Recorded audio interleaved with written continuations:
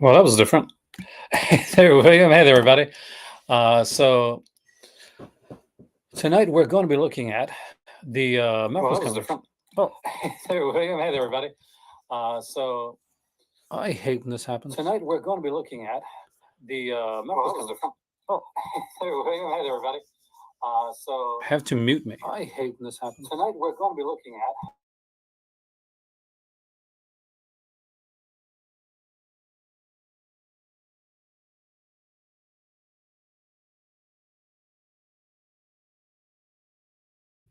I learned how to mute myself. I did that again. I hate when I do that. Anywho, hopefully it'll work up here. I'm not quite sure how the internet is in this area, but we're going to check it out. We're going to try. We will see how it goes. Indicators having their 7th anniversary sale, and I could not talk about. I could not talk about it. For those that watched my video that I did for today, the Halloween video that I was very proud of. I actually did a lot of. Had to go back and rewatch some stuff, do a lot of research. Hey there. Oh, hello. You're alive. Yes. You missed the opening. How is that? My nice Tricopedia. That's an awesome set. I need to get that. But indicator sale. I'm guessing you probably bought a lot of this stuff today. I actually bought 8 items because I had everything else that was available. So picked up 8, and I think 3 of them went on the sale. I haven't even checked the sale yet. So this has been my first time looking. So I want to do it like kind of like fresh eyes live when we did this type of thing. I made a video last night. Well, it took last night, but it took a couple days to do. And for those who haven't seen it, basically it was a Halloween centric video. And basically, there's a channel called Drum Drums, done by Lee McCoy. And he's a very big Halloween fan. And we kind of align when it comes to a lot of the Halloween end stuff. So he was at the recent film festival, like the fan thing, the convention, and Annie Matichek made her very first appearance. So he asked her about the Corey thing, and was this meant to be? Was this always going to happen? Type of thing. And she was like, "Well, yeah, since 2018 we had the Corey idea," and some people were like, kind of.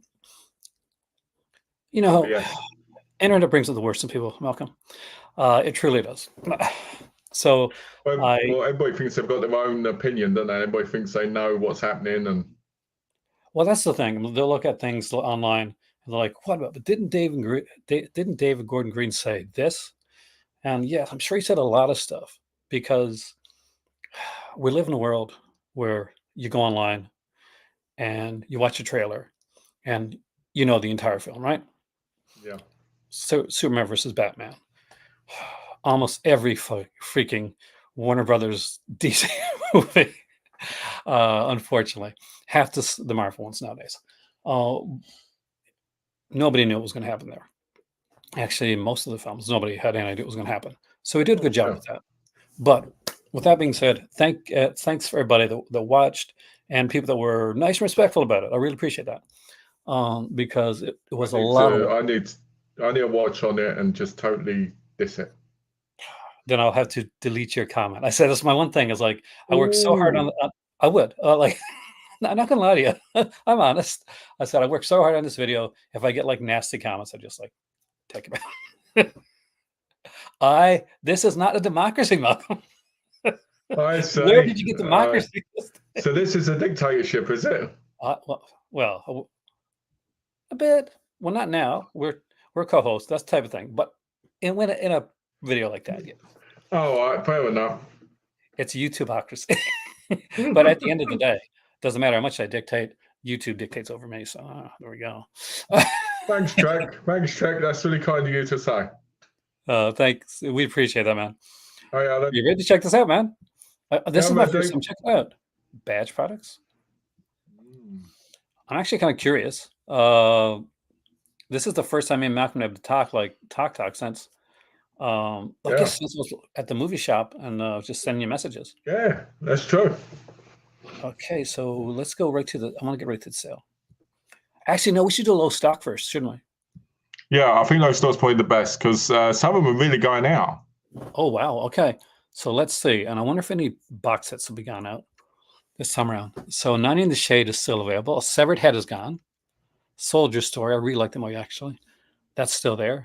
The Bud Boddicker Time for Dying is sold out. Yeah, it So wasn't bad. that'll be back, yeah. An Unsuitable Job for a Woman is there. Butterby. I love that movie. Black Joy. Britannia Hospital. Buffalo Bill and the Indians or Sitting Bull's History Lessons gone. Carla's Song is still there. Surprisingly, these two are still available. That's actually a decent price for these two. Yeah, that's not too bad. I don't have the Fancy Booger one. I gotta open up the things. I'm missing everybody's messages, man. So how have you been doing, by the way? I've been doing all right. I've been just catching up on watching horror movies. I reached my 100th horror movie for the month earlier. Nice. So I was very happy about that. Most of them are movies I haven't seen or I haven't seen in years. So it's kind of been like, it's kind of been nice watching them, you know? Aha. There you go. Periodic Conan. Right on. Nice. The 3 David Tennant specials. Oh, I'm so excited about that. I gotta be honest, I'm waiting for the Blu-ray for them. Me and the wife collect the Blu-rays. So instead of watching them, you know, when they come on, because the Blu-ray is better quality for us. I'll do both. I gotta watch when they come on. I can't not because I'm worried Malcolm will get spoiled for me. Well, you're more likely to look into it than me. I'm not as that. Donna would be upset, you know, if it was thing, but she don't go on Facebook much, so you don't go on Facebook much. Most of the time, you're not going to miss anything unless it comes on that main page. You know where they go. Oh, do you know what happened here? Oh, I hate that. I've blocked so many like those sites because of that. And to just say this quickly to you, Track, I think it was you said this about the Elm Street. I wouldn't be surprised if the Elm Street is the first Elm Street is because they did it with Friday the 13th in America. And I think, I'm not sure they did it here, but, you know, I won't be surprised because they do that and then they do the set because they want you to double dip. You see, you got to buy them so that they put out a set because you said that's what always happens. Yes, exactly. Well, I owned the first Friday the 13th on 4K, so I guess I did my part. Now, did you buy any of these here today? By the way, anyone's on the page right now, or did you have most of these? No, because I already own all of these. I bought them last October, I think. Eve's out. Geronimo's gone. Oh, Hammer of Arm 6 is finally gone. Finally. I'm glad this is still available, though. That's, yeah. Well, the Mexican Macabo's on its low stock. I'm surprised by that because that's not been out that long. Yeah, I know. And it's a good one, too. That's one you got. It's one I got to pick up still. Yeah. I remember the Knight's a wonderful price at $9.99. That's a fantastic price. Do you know, I forgot they put that out. That's, to be honest with you. I remember the Big Gun Down. I'm kind of surprised that I'm surprised this is still here. I'm surprised the Pamini organization is still here, actually. Because long gone. Swimmer, of course, is gone. Wim Castle's Head is finally sold out. Took ages. Let's hit the It's weird that some take forever. You know what I mean? Because, well, that's the thing. I mean, like, let's see if there's anything new here on the sale. You can let me know which ones you picked up as we go through this, by the way.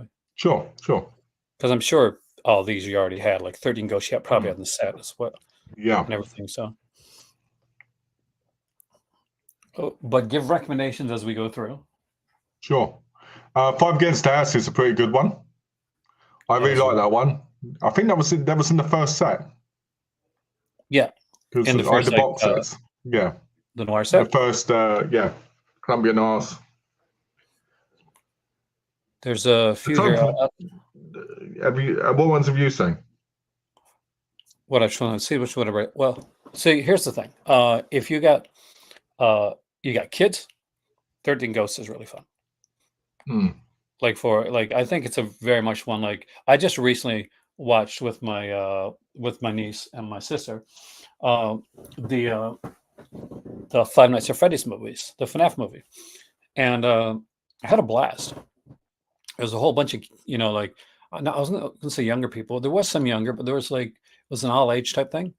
And Yeah. the biggest fan of that game in the world must have been there because she screamed at everything, like everything. Spoiler alert: there's a YouTuber that's very famous for being a big fan of Five Nights at Freddy's. He's in it. He shows up. Oh, Yeah, and that's not just a theory. It really happens. Uh, that kind of gave that away, didn't it? But no, it was really fun. I mean, it's a PG-13 movie. People said it was online today, right? Like, do you want an R cut of Five Nights at Freddy's? Like, no, I don't. It was meant to be a large audience for like, and a lot of people like for some, it's kind of what you call gateway horror, right? Like yeah. the early starter stuff. And it's also works in a nostalgic feeling for like kids that like played the game and may never watch. Yeah. They may not watch horror regularly, but it's something that they can get into. When you Yeah. start like shoving that hard R on it and like putting in the gore and stuff, you're getting away from the audience it was meant to be for. Well, in a lot of ways, It's not it's like the old Goosebumps. So Fade to the Darks. Really, they were the gateway when you were a kid to slowly get into the horror game.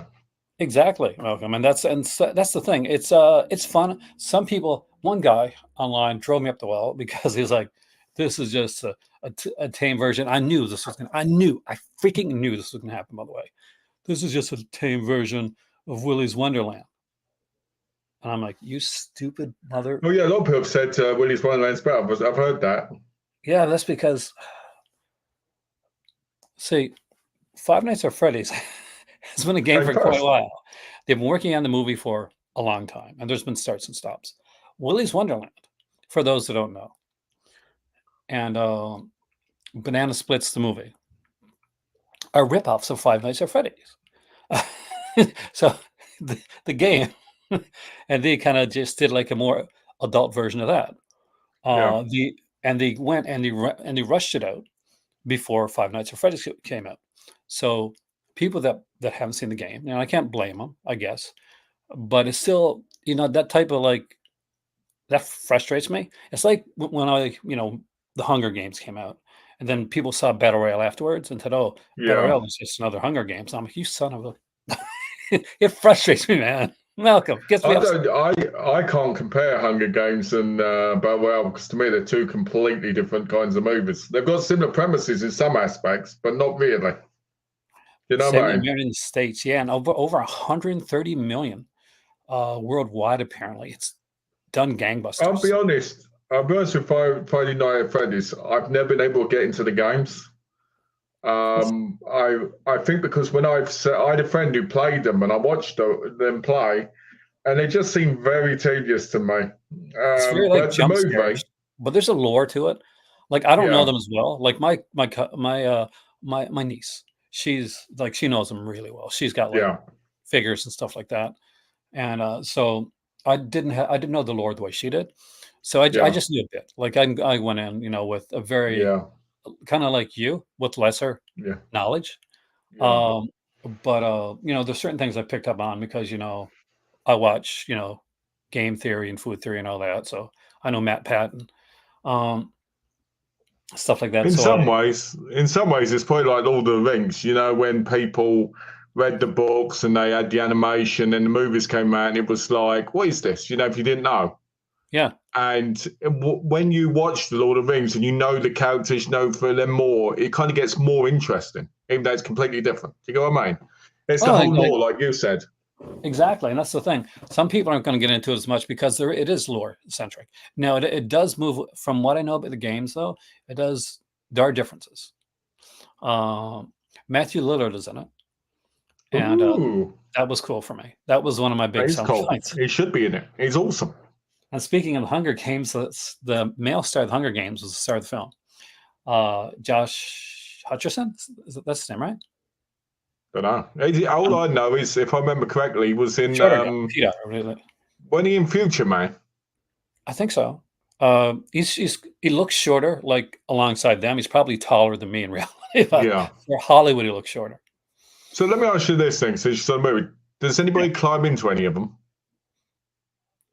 I can't really say. because Okay. that's a spoiler for the for sort of.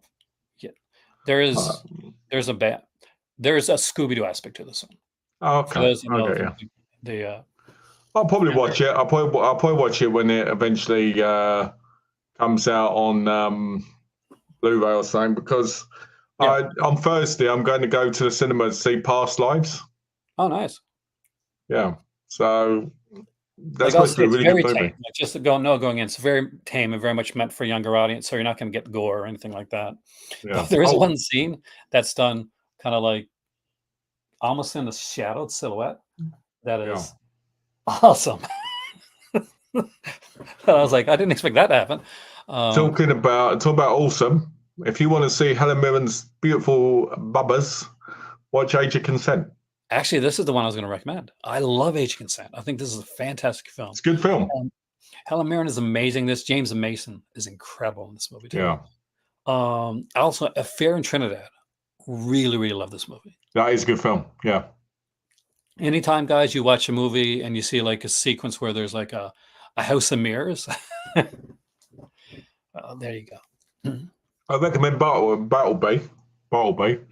That's good I too. recommend that because it's very good. It's one of those films you watch and you kind of feel bad for the character.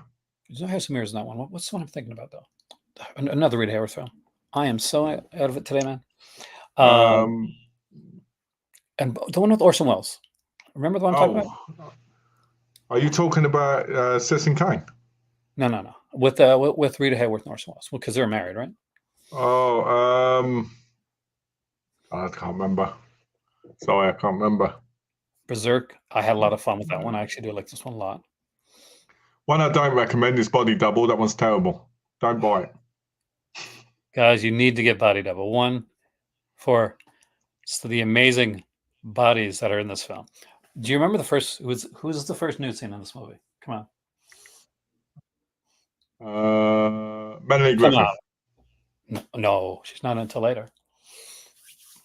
I've only seen it once. I don't Oh, remember. Barbara Crampton. Barbara Crampton. Oh well, I would. Well, I probably don't remember because I saw her naked in all the other movies she was in. The beautiful Barbara Crampton, and like probably the most, yeah, probably one of her most more explicity type, like I because still think the best moment is when she gets head in Reanimator. I mean this is Uh, great. She's I not only in picked the I picked up Bluebeard's Eight Wives. oh Ernest Lubitsch, yes, anything. Claudia Colbert and Gary Cooper, can't go wrong with that. I still need to get Blue Collar, by the way. I still don't have that, Mm. which is totally wrong because that's a And fantastic. I picked up Broken At Lullaby too.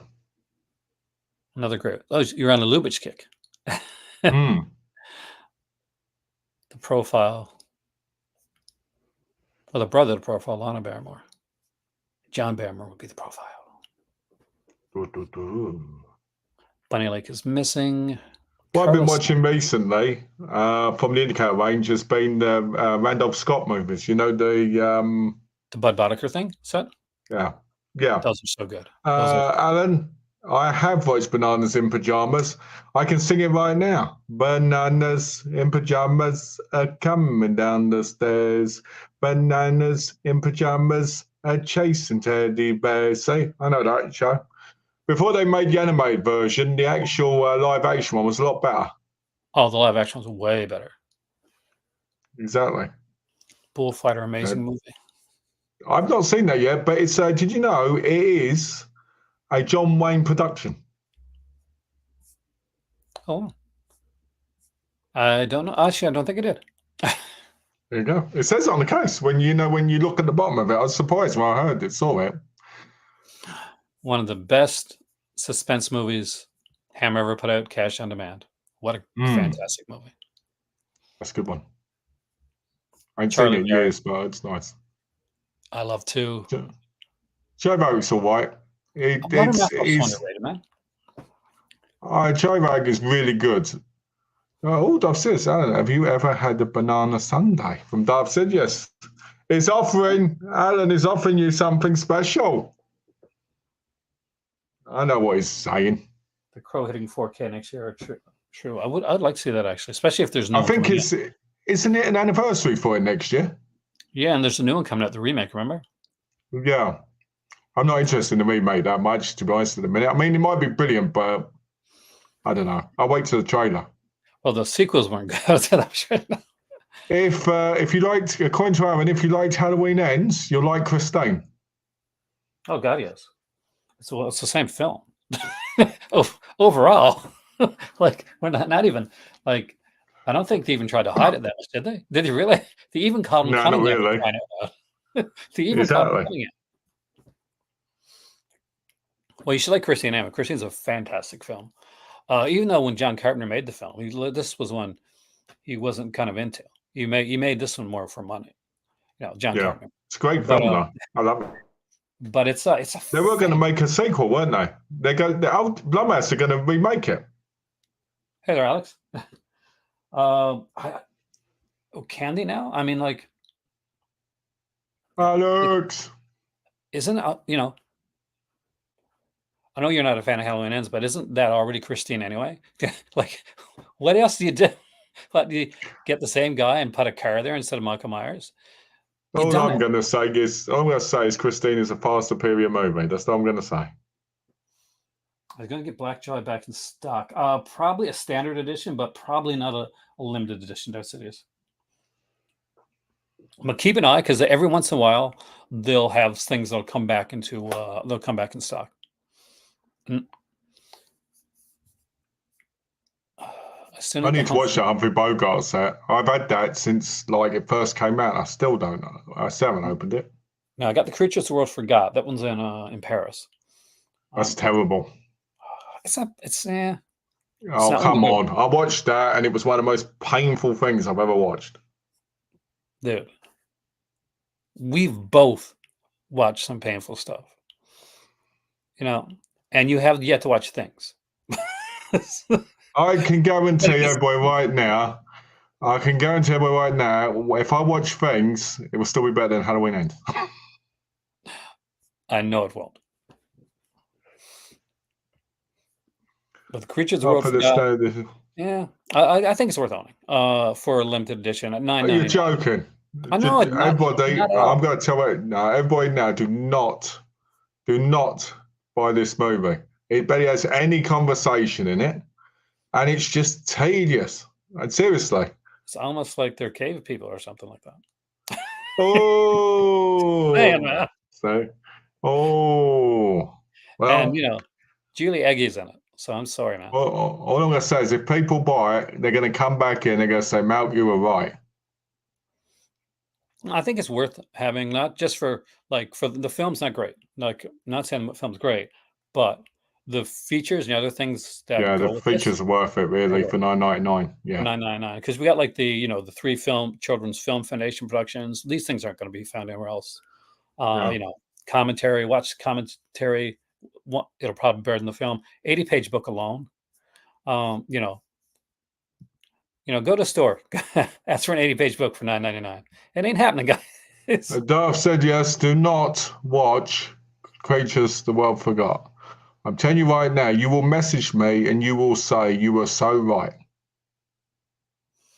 But good luck with it if you do watch it, because it's not very barbarian-ish. The Creature World Forgot. Vinegar Syndrome put out a movie like this, sort of like this. It was an Italian one that is that bad one. The way worse than The Creatures the World Forgot. It can't be. It can't be. You own it. Yeah, I own them both. I think it came out like January or February, right? It sucks. Yeah. Like it is. At least this has the features that are worth it. The Vinegar Syndrome one, whatever that one was. Oh, I picked up Death of a Gunfighter. Oh, that's a good one. That one we can agree on. I love Richard DeMarc. He's a fantastic actor. Yeah. Brilliant. I've got all these ones. I watched Devil in a Blue Dress. For some reason, I could not get into that film. Really? I'm hoping when I watch the 4K, I can. The Santos. Indicator needs to release Blood Beach. I can't imagine them doing that. I mean, it'd be cool if they did, but oh man, like Blood Beach is one that's been stuck in like some legal rights for a while, unfortunately. Uh, I think Blood Beach was one of the first movies my dad ever saw on like ever rented Wow. on VHS. And but for some reason that one's been really hard. I'm not sure if it's like music or if it was like the rights owners. But Blood Yeah. Beach is something that a lot of people have wanted, but it's been really hard to get to come out. I think I do, Alan. I think I've got that in one of the Shaw Brothers And sets, unless I'm wrong. and so it's volume one. I got it too. Yeah, then I own it. I own it Yeah. because I've got that set. And you probably had it before too, because remember when Oh Tarantino? yeah, yeah. Oh, Tarantino. Yeah, Tarantino had his own like line of movies, right? DVD films. And he put it Yeah. Switchblade Sisters, he put it Mighty Peking Man, put it a few. So you probably had it under Okay. that too. Yeah, I probably did. Yeah. The movie supposed to scared the tar out of me as a kid. Yeah, it was horrible, scary. Experiment in Terror, I really like. I'm a big fan. I'm a big fan of Glenn Ford. My dad's named after Glenn Ford, but I am a big Glenn Ford fan. Lee Well, Remick. I'm a big fan of Experiment Terror because I'm a big fan of the cover. That's how I met my wife. Experiment in Terror. Escape in the Fog. I'm trying to remember this one, man. It's in the first volume. It's really good. Where the whole film is set in the fog, and they're trying to get him, and it ends on the bridge. Oh yeah, I forgot that. Really good. It's really good. I really love Eyes of Laura Mars. I have like I got the Mill Creek edition, but this is such a good movie. Is the Mill Creek edition any good compared to that one? It's actually has I always indicator puts a lot of stuff in there. Now the commentary is there. The commentary is carried over from the Mill Creek one. Okay. But this has a Cat Ellinger thing, so I always say, if Cat Ellinger's involved, get that, right? I'm just thinking because if someone's in America and they can't get it, and they know the Mill Creek one's out there, the comparison. Then get it. Then get the Mill Creek one because it has unlike some stuff, it has the quality's good. It has a good commentary on it with the director. For those that always ask me, like, okay, what is this a giallo? This is what you'd call Eyes of Laura Mars is what would you call an American giallo. So this would qualify when because that's the question I get asked a lot. This wasn't done Italy, but is this a giallo? Yes, this one is. And it's even got the title for one as well. It really does. It's like they could have put in one undercover. Exactly. Fanatic coming to a cinema near you in Fight City within the fatherland. Glenn Ford was superior John Kent in Superman movie lore. It's the only John Kent. John Kent. Fanatic. Fragment of Fear, that's a good one. I like Fragment of Fear. Fragment of Fear is really good. The Fanatic, that blew me away. And I think what I really love about this is it's Tallulah Bankhead. And for those that know Tallulah Bankhead, she was a major star. She's a diva, like a true star. Now, they made a movie about made a Broadway play about her. And Stephanie Powers, who co-stars with her in Fanatic, actually took over the role and played Tallulah Bankhead on stage. Oh.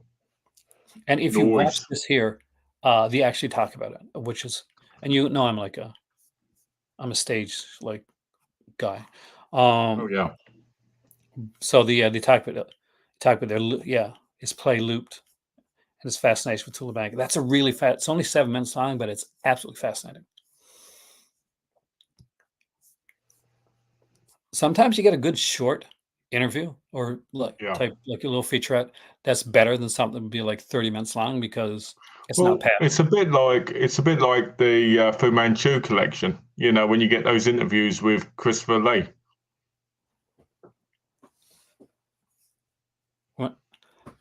What was your favorite on that set? What's that? What was your favorite on that set? On the Fu Manchu set? Are you talking about the movie? Yeah. Probably the first one, to be honest, because it really does a good job of that. And then the second one kind of plays a little bit right, but I hate As much as I've Jess Franco, I hate Jess Franco's movies in it. So it's probably got to be the Here's a first one because there's so much action in it, and it's got so many great bits here. I love when the bit where they're trying to sneak by and then they get noticed and they get in the fights, and and it has a brilliant cast. The first one. I gotta agree. I think the first one is the best one. But if you ask me what my favorite Fu Manchu movie of all time is, I'd have to say the Boris Karloff one. Ooh. Not the Warner Olins. I haven't seen them in years. I've got the Blu-rays, but I haven't seen them in years. So I recently got the Blu-rays, I think like 5 months ago. So I need to go through them again. But I'm a Boris Karloff nut, as they would say. So it's probably why, because I think it's such a good, when he plays those roles. Got a recommendation for Carlos song here from Alex.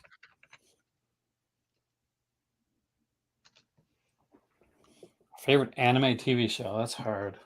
Ooh, if you want, I can give you 3. Favorite anime show, long running, Naruto. I love Naruto. Me and my wife fell in love over Naruto. Second, I would say you can't go wrong with Ghost in the Shell. I love Ghost in the Shell. Anything Ghost in the Shell. And the third, Heaven's Lost Property. I kind of thought you'd do one of the Full Metal Alchemist things because I figured you'd be into those. For me, I'm old school, and I think it definitely still counts. So I'm going to say it, Robotech. I'm a Robotech. Robotech's brilliant. Like I almost bought the Blu-ray collection of that with a figure. That show, man. When I was watching that when I was younger, and that scene happens where the character dies, which I still don't want to give away. It was like, holy crap. Well, I'll tell you this. This is going to shock people. I've never, ever seen a Mobile Suit Gundam anime. Really? Never. I think you enjoy it. But I own them. I own half of them. I just don't watch them. Pokemon is your favourite anime TV show of all time. I would say technically, for me, Pokemon probably was the one thing that got me into anime when I was a kid without realising. Because as a kid, I always thought it was a cartoon as a kid, And as I learned more about anime, obviously, I realised it was anime. So, Pokemon is great. I like Pokemon. I'm a Pokemon fan. I play the games. I haven't played the latest one. I hear something. No, Nurse Jill. Oh. Happy birthday to me. All right, let's ask this question. Who is the sexiest Pokemon of all time? I'm going to say, sexiest Pokemon is Jinx. High. Right? Ditto, because Ditto can change into anything. So, Nurse Jill, and all that. Right? You know what I mean? And if you want to get really what you call it, the best name for a Pokemon is Slowpoke. Because it's ghastly. Well, I've never found a Pokemon sexy, so I can't answer that question. Nurse Jill is hot, like when I was young. But for me, Nurse Jill was like, she had like a lot of. Was she like a clone, or did she just have a lot of sisters? Yeah, and the police officer. And the police officer one. They always had clones, didn't they? This Girl Stroke Boy, an NC-17 title. I don't know what that is, actually. Happy birthday to me, but own this. Anybody that doesn't own this movie should own this movie. It's Conexploitation. By the way, Glenn Ford here too. Yeah, there's some great kills in there. I will say this: I love that ending. The ending's hilarious. Oh, yeah. That wasn't the original ending, but it's the better ending. The original ending was very straightforward. Go on. No, it's legit what you think it's going to be. Like what you initially thought it's going to be, that's what it was going to be initially.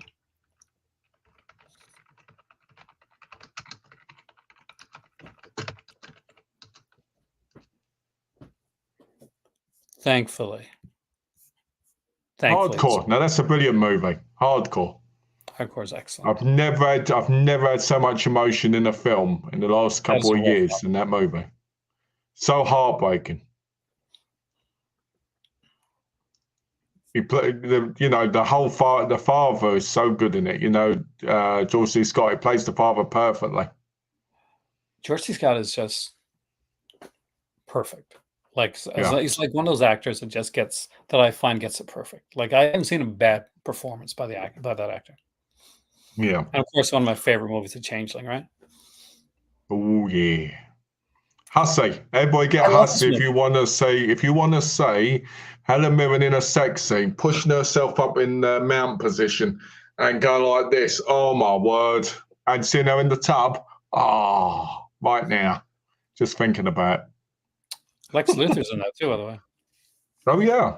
There he John is, Chia. but he's forgettable. Nobody's looking at him in this movie. Oh, Well, but I will tell you a quick fact about Hussey. You remember Granny Margaret in EastEnders? yeah, She's in it, younger, as a stripper. I gotta go back and look. I own Hussey, right? That's one of the ones that I picked up because Yeah. I'm a massive Helen Mirren fan. She's one of the ones in the club with Helen Mirren. She's sitting next to her. Did you guess the shocking conclusion to Homicidal? Oh yeah. It's so hard to figure I out. Monster. I Monster's great. Do you think there's anybody in the theater that didn't guess Homicidal back in the day? Probably not. Probably not. What's this? My live action choices for Nurse Jill and Officer J were Sarah Michelle Gellar and Jennifer Love Hewitt. First of all, Jennifer Love Hewitt busty enough because I loved her in what's it called? Is it called the Call Girl? Oh yeah, she did that. The Stardust. It was Client like a List. The Client yeah, List. timeless because it was like it was a movie and then became a series, right? So weird that show. What a weird show because she doesn't do anything in it, but yet she's doing stuff. It makes no sense. You know, and Sarah Michelle Gellar, you know, she's still got it going on. Oh my god, they had a pilot episode for a continuation of Cruel Intentions, and she's in it. And have you seen it yet? No.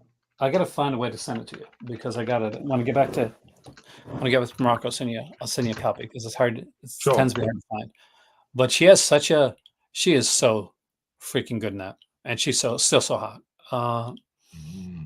And she has a romantic scene that's very memorable. All I remember is watching Cruel Intentions and wanting to be Ryan Philippe with her back then. She was like smoking. I was like, woo. And he was dating well, I guess married to now. But he's dating the lead actress at the time. But that must be hard. Inseminoid. Inseminoid's fun. I mean, it's not my favorite of his films. Do not buy La Llorona. Awful, but it's because it's the first actual speaking Mexican movie. Then I kind of got to buy it. Not like you said. It's the first one. Yeah, here's a reason to buy this. I'd buy it over Irreversible.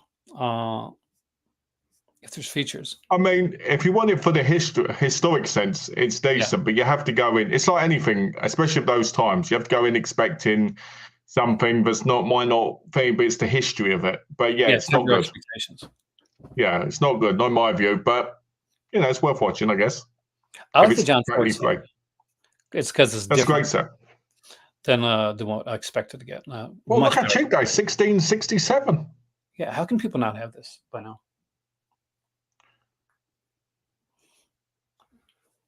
Alexandra Daddario.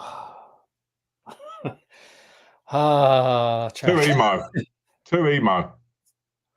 She is so hot. Oh god. That, let's be honest. So many people started watching True Detective because they knew about the Alexandra Daddario scene. I didn't even know she was in it. Oh, did you see True Detective? Yeah, I did. How could you forget her scene?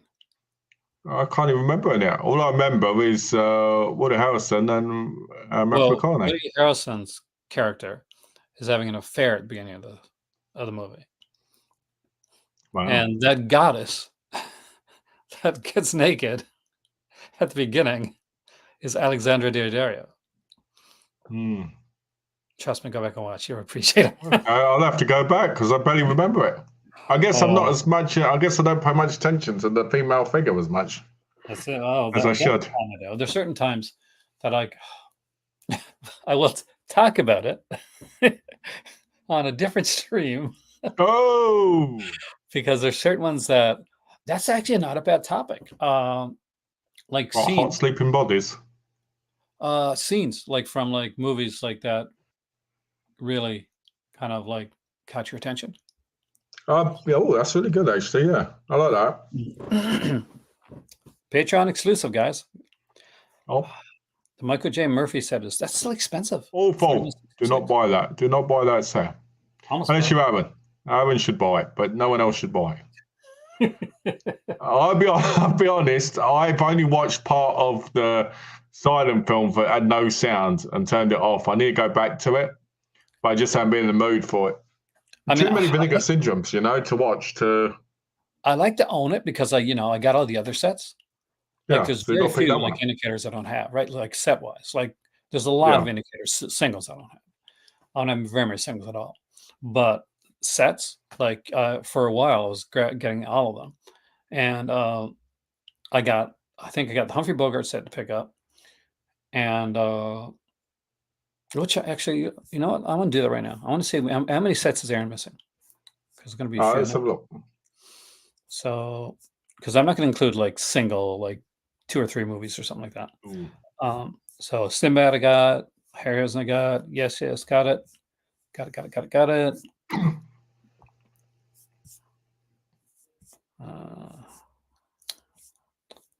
Got it.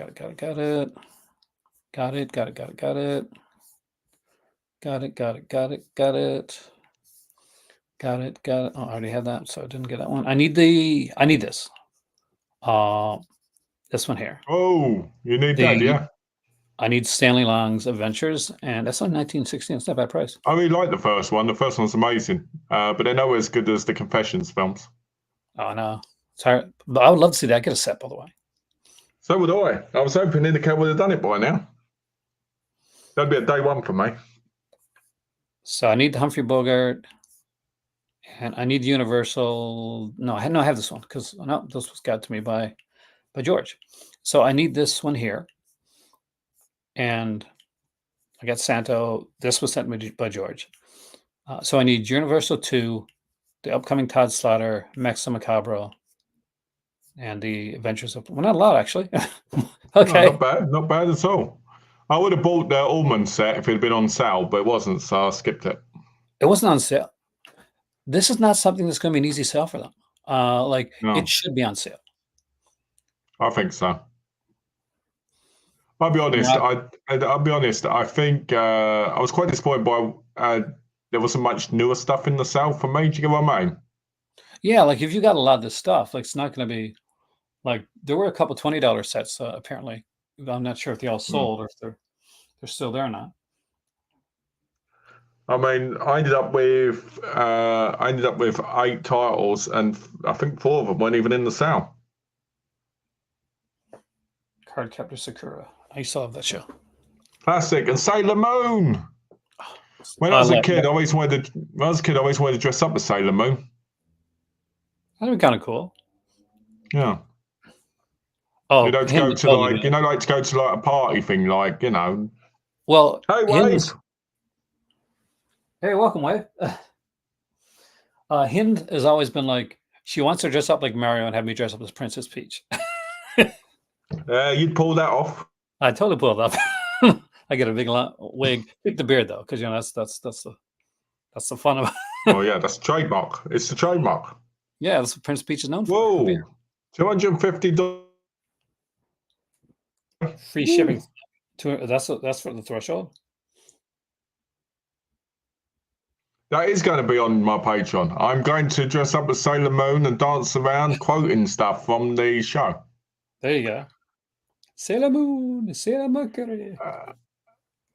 Sailor what did I order? I ordered Bluebeard's 8th wife. Food? Is it called Feud? Food? You know the one with the Abraham Lincoln guy on the cover? Yeah. Gunfighter. What else? What was that other one? Oh, I don't remember. I remember all the Lips of Blood and Fascination and Black Magic Rights. I know all those three. What was the other one? The Was the Black Magic Orange Rights Case on one sale? from earlier. What was the other one? They weren't in the sale. I just bought them because I needed them. What was the other one? Let me have a look. Because I got I, oh, I know what it was. You bought an extra copy of The Creatures the World Forgot, just in case you lost your first one. no, I didn't do that. That's awful. Okay, I can tell you actually because it's on my shop list, isn't it? That's stupid. No, none of the 4Ks are on sale. No, None sadly, of them. no. Okay, let me have a look. For an anniversary sale, you expect at least one 4K to be on sale. You would have thought so, wouldn't you? Oh, Oh we'll get no, to it the didn't go 4Ks in after. there. Hold on. So I ordered a few things today actually, but let's get to this first. Indicator. Okay, ready? I got Bluebeard's Eighth Wife Limited Edition, Broken Lullaby Limited Edition, Food Limited Edition, The Kiss Before the Mirror Limited Edition, Death of a Gunfighter Limited Edition, Black Magic Rights Limited Edition, Ultra HD, Fascination 4K Ultra HD Limited Edition, Lips of Blood 4K Ultra HD definition. What was awesome about was I had points, so I got quite a few points off as well. Oh, nice. And just because it's in the area and because Alex asked, I made a massive order from Peccadillo Pictures earlier. Do you know what Peccadillo Pictures is? Peccadillo No, Pictures.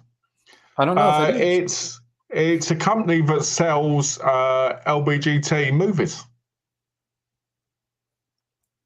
Oh, cool. So I got My First Summer, Boys on Film 16, Possession, Boys on Film 13, Trick or Treat, Girls on Film, The First Date, Boys on Film 21, Beautiful Secret, Boys on Film 15, Time and Tide, Boys on Film 5, Candy Boy, and Boys on Film 4, Protect Me From What I Want. I have not seen They any. didn't know that wasn't their sale. They were just cheaper than everywhere else for me to get stuff from. So I just picked them up because everywhere else they were more expensive. So plus I've been wanting to try to complete that collection because I've been collecting with a free bottle of Lobel. That's what you'd want. Anyway, you need that Lube when we go to the cinema. Yeah, they did actually. They edited a complete Sailor Moon character out of the show, and they changed the Well, sex. that doesn't surprise me, Alan, because of the time it came out. Americans have a tendency of American censorships and that. Companies, I may forget them. They have a tendency of cutting out what they feel are not important. And the problem with anime, especially from then, is in some ways, depending on how the character's used, it can be very offensive or it could be just on point. Because the Japanese have a tendency of sometimes making characters too over the top and weird. I think so what it comes into a lot of times, Malcolm, is this, especially when the time that Sailor Moon came out. So there's a parental censorship group in the US, and they're so freaking uptight and pearl clutchers that they ruin cartoons for people. They do. So on behalf of as a kid that grew up in the 80s and had my cartoon watching experiences ruined for me by the parental the censorship group, screw them. Yeah, they can sod off, can't they? Yeah, they took away my Super Friends. Yes, by the way, Super Friends took away my Super Friends. I'm glad to hear, Alex, that you're going to use spec because I prefer that. That's a good question. I don't know. I really don't. I had to think about that.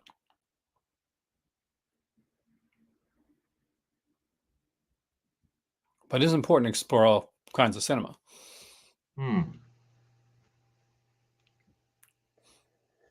What I will say, what I like here is See No Evil, which I think is an amazing Mia Farrow film. That is a good film. My cousin recommended that to me when he watched it because he said it was horrifying for him. It is so good. I mean, she is so good in the movie too. Um, I remember, I think I found out about that one through Danse Macabre, a Stephen King book, where Hmm. he talked about it in the book. Suddenly Last Summer, Elizabeth Taylor's really good too. Yeah. You can't go wrong either with the Sinbads. Favorite film of the year so far? And why is it Five Nights at Freddy's? Actually, I really do like Five Nights at Freddy's, actually. But I think it really helped that I got to see it with my niece. My first movie I ever got to see with my niece in theater. It makes sense Uh, actually because it makes sense. Because prime example, just to not cut in there, is Dolomite. Because me and Dove Sidious watched it, it was probably more fun than if we'd watched it normally. Do you know what I mean? yeah, it makes total So I sense. get that. Looking at my thing was What you picked up? tell me no, because it'll tell me what my favourite movie so far of the year's been. Oh, Because yes, I right, use because you that, do that. don't I? Okay, my favourite film so far, Alex, has been Rise of a Foot Soldier: Vengeance. Oh, I can't believe that. But yeah, that's been my favourite so far. So it hasn't been any of those Jess Franco Fu Manchu movies. We all know why men enjoy blue is the warmest colour. Because blue is their favorite color. We all know that because people love to, stare at things. It is such a good movie, Oh though, too. yes. I think I really do like that movie. Like, obviously, there's that scene. We all know that scene, right?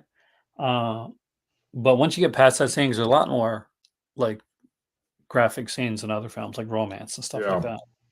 Uh, and Romance is a brutal freaking film. On a downer of a film. Romance is a downer of a film. But it's not bad. Roxy Friedi's got a part in it. It's a very different film. I'm not sure why that one came to my head. But because not line that line, but I think it's just that like relationship between the two girls in Blue's Warmest Color, and it's Yeah. so real. Like it's so real.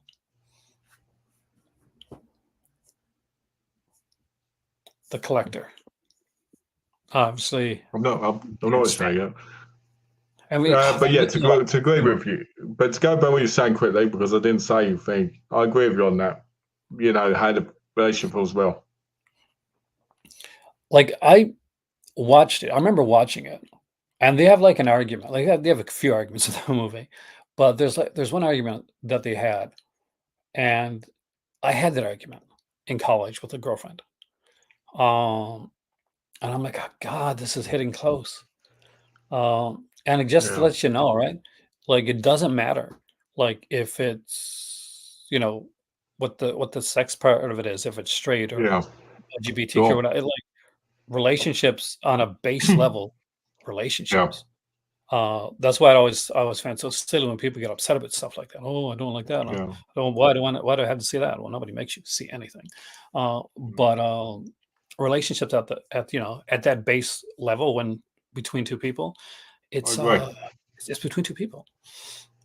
Oh, it should be. Hopefully, if there's a third Well, person there, it could be complicated. what first was colour, I realised that was me and Alex in a nutshell. Having no arguments, then making up, then having arguments again and making up again. He'll admit that himself in the comment section. I got it like 10-minute two girls scene. I mean, yeah, that's there, but considering the length of the movie, there's way more than that. See, I I agree. mean, I that's agree. something that But you can go back and it's and 15 watch. minutes. Is it really that long? I don't think it didn't seem that long. It's that it's like Um, it's that long because I skipped through it because I hated it. but I do not like movies that want to over what do you call it for a straight audience. I really disagree with I that don't know because if that's what they were doing though. And here's the thing, it's like we've seen like love scenes like that, and and one, any love scene can be too long. So, uh, but the movie itself is good. I mean, like, it's so much more than that scene. Like, I know, like, there's people that get hung up on that scene or that, like, But that'll it's more initially than one watch it. scene, and they're like three, and they're like three 15-minute sex scenes. No, no, there's only one really big one.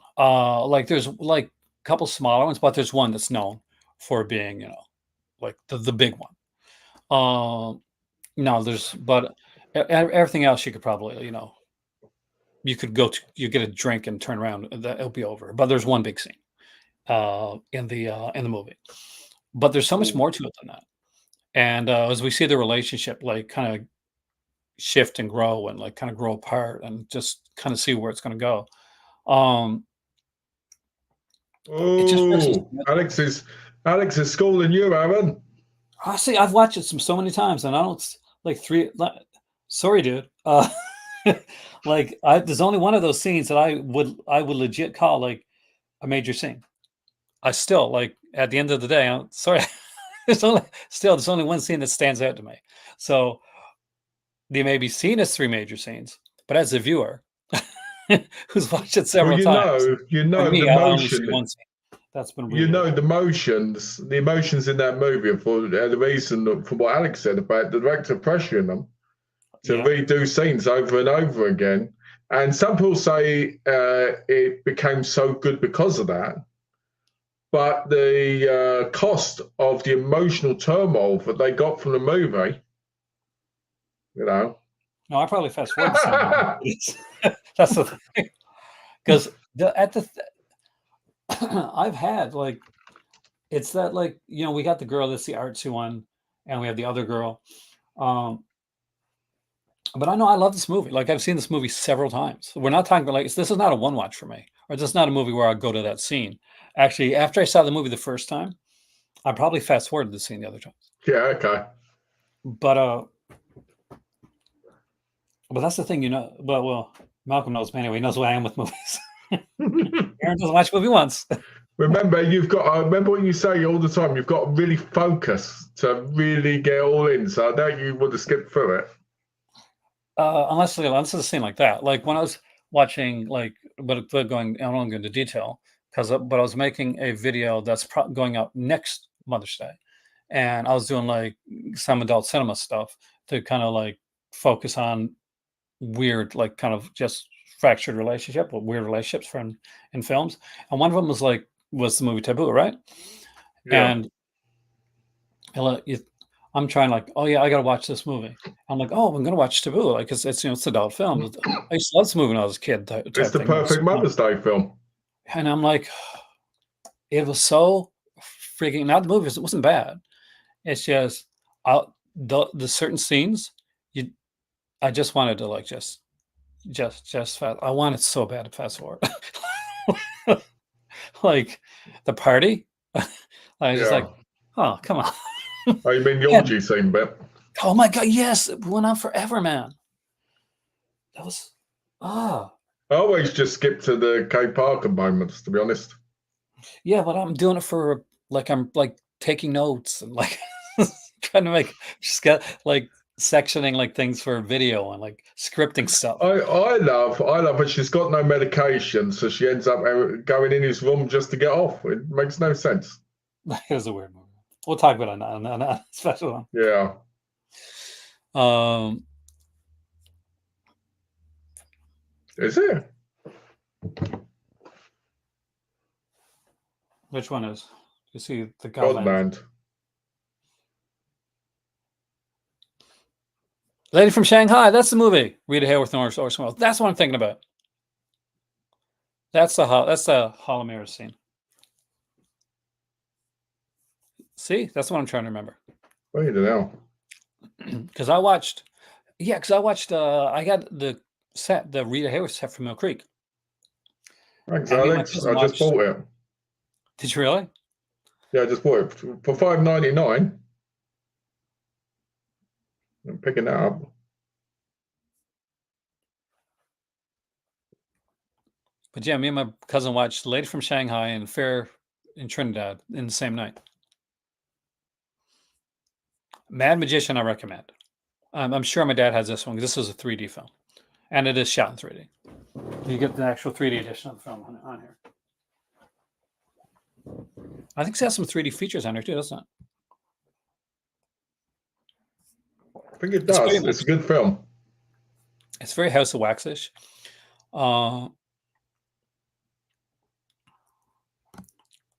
Even a Super 8 version in anaglyphic 3D too. And the Three Stooges like 3D shorts are there. Breaking news. Do not buy Rise of the Foot Soldier on VOD because it costs more money than when the Blu-ray comes out.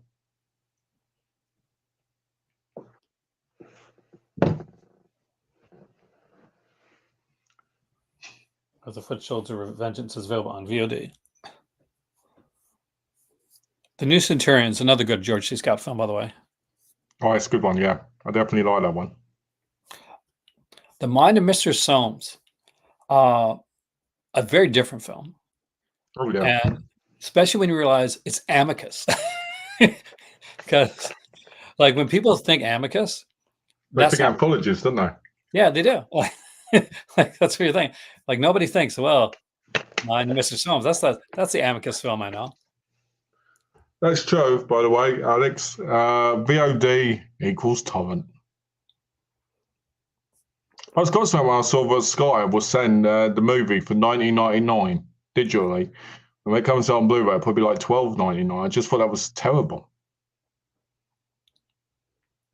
For which one? Rise of the Foot Soldier Vengeance. But would you want the digital copy though, really? Or would you want it? No, I'd buy it on my shelf, wouldn't you? I mean, I would. It bothers me, like when Adventures of Superboy, you know, the series came out. It came out at the same time that like the Superman movie didn't do very well. The one with Brandon Routh did. It came out at that time, and because of that, they didn't put the other 3 seasons initially out on Blu-ray. On DVD. Even they put them out like digitally. So I bought them digitally during an Apple Christmas superhero sale. Yeah. And so I bought those, and they were like, I think they're $5.99 a season, so good price. But I think since Warner Archives have put them out. Yeah. And you know, it's video on demand, of course. So I'll eventually like buy those because I just want the physical copies of even though I got them and I paid for them and they're on my Apple TV. Yeah. I want to own them. I wanted to have them on my shelf because it drives me up the wall. I got all 10 seasons of Smallville. I got Adventures of Superman, the George Reeve one. I've got Adventures of Lois and Clark. Of course, yeah. 1 season Superboy. Matthew Perry died, didn't he? 54, drowned in his hot tub. That was a tough one. I mean, Matthew Perry's only a couple years older than I am. And there was unfortunately one jackoff on Twitter. Like, I won't say his name because he doesn't deserve it. That I think it was an ex, like he was a backup writer for Saturday Night Live for a very short period of time. In other words, he's a nobody who decided to kind of make fun of Matthew Perry's death on Twitter because I guess he wants to stay relevant. Yeah. But I'll just say, screw that guy, and I won't say your name and give you any relevance. But yeah, that's one's going to hurt a lot of people because a lot of us like watched Friends. That was a show that, like, if you're younger too, especially that age or my age, like I related with Matthew Perry's character more than anyone on Friends because in the friend group, that's who I was. I'm the sarcastic guy. Yeah. But you know, I'm the guy that thinks all my jokes are funny, but nobody else is laughing. So it's just Chandler. So there you go. And Richard Roundtree died. But it's on Warner Archives. So I didn't know Richard Roundtree died. Yeah, a few days back, actually. Yeah, because Tipsy Shepard put like a tweet on online. I saw that. He must have been quite old, Richard Roundtree. He had to be up there. Richard Mall was 80, I think. Who passed 81. Was 81? Yeah, 81 was Richard Roundtree. I know that because Oh, I just Richard see it Mulder. right now. Richard Because Richard Melba. Mulder died I too. don't know. There's only like 2 cast members, I think, left of Night Court now that are still around. To Serve with Love. This one makes me cry every time. Buy this movie. Yes. I had the copy. I got rid of it because I got the 4K.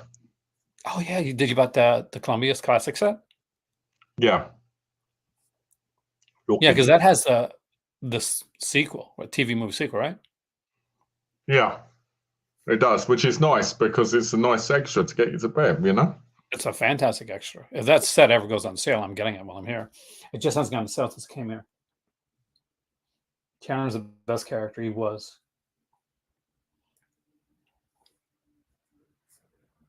The 8 best pages. character.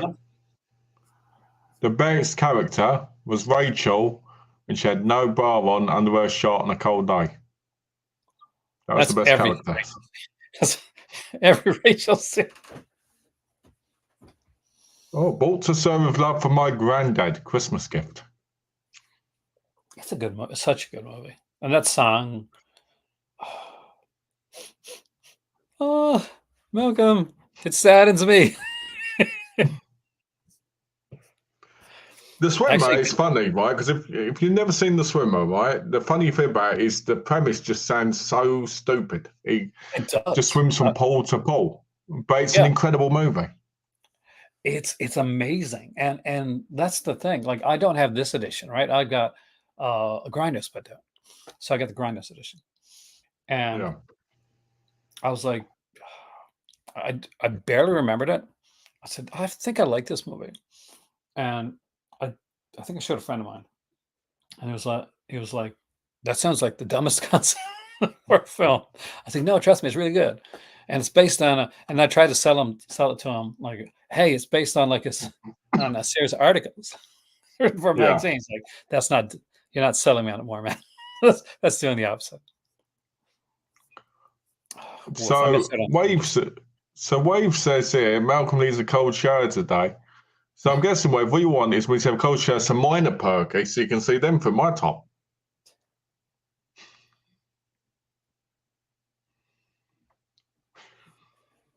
I like that. Yeah, he's not good enough to be a current writer. He's an ex-writer. That's true. People try and get attention the best way they can, don't they? And that's like, here's the thing. I don't think that, like, people think, because you'll see things online and people will make like a bad faith take, right? On purpose. Yeah. And they're like, and then somebody will come by and say, well, hey, did you just discover the internet? And I'm thinking, like, did you just discover that it's 2023? And people get way more accountable on the internet than they used to be. Yeah. Hell, all you got to do, most people believe that negativity gets you more views now. And to be honest, negativity is the thing that poisons things in these situations when someone passes. I think it's horrible. It is like it just, I think for me, it takes talent and skill Yeah. to do to do a lot of like, to put something out there. I don't think it takes any talent to put out, like, to do negativity. So if you've ever seen any of those channels that are like super negative, that are just out and out, like blatantly negative all the time. I don't mean like somebody that reviews a movie and doesn't like it or something like that, but there's channels that feed on negativity, right? They're like troll channels. Yeah. They'll be on, I don't like this superhero movie because I don't know, there's a girl in it. Like, ooh, scary, man. Or not just that, but like just and bad faith takes, like, an actor dies, I'm gonna make fun of, like that type of thing. There's no talent to that. There's no skill to that. Yeah. It's bottom feeding. It's the Of course opposite. it is, yeah. And it frustrates me because I see so many people like in the space that that should really have way more like viewership or like Twitter followers or whatever than Yeah. they have, because they're actually putting out quality stuff Yeah. and they're doing stuff on a fairly, on a decent basis, depending on like this quality work. And Yeah. then there'll be somebody that'll come on and have this like bad faith take, just to like do the, and that just disgusts me. Well, the thing I will say about Matthew Perry is I feel bad for him because he last time I saw him, which was obviously the Friends reunion, I just felt bad for the guy because you could tell he had a lot of hardship going on in his life from, decisions and other stuff that happened in his life. And he And was I kind of think making a you should comeback, never, wasn't yeah, he was making a comeback because he was doing a book he? Odd tour Couple. soon, Yeah, and did the Odd you Couple know. series, right? They did Yeah, that like in exactly. both. Yeah. And I just think it's awful when you know somebody's gone through a horrendous time. And yeah, some of that might be because of bad decisions they made, but we all make bad decisions, Oh yeah, that affect us. So, people should give them a break. I just like think it's, 100%. you know. No, go ahead. I'm disagreeing with you. No, I'm just saying that's what I meant, basically. That's where I was ending. I was, I don't know, like you're 100% correct when it comes to that, and like, in all honesty, it's like thank these people got to thank God that they're on the internet because, in reality, let's be honest, no, these people, there's a reason they say this stuff on the internet because he wouldn't say it in person. Yeah, that's true. Like, you think that guy's going to go to like a Hollywood party and say that to somebody and not get No. clocked? Of course he's not.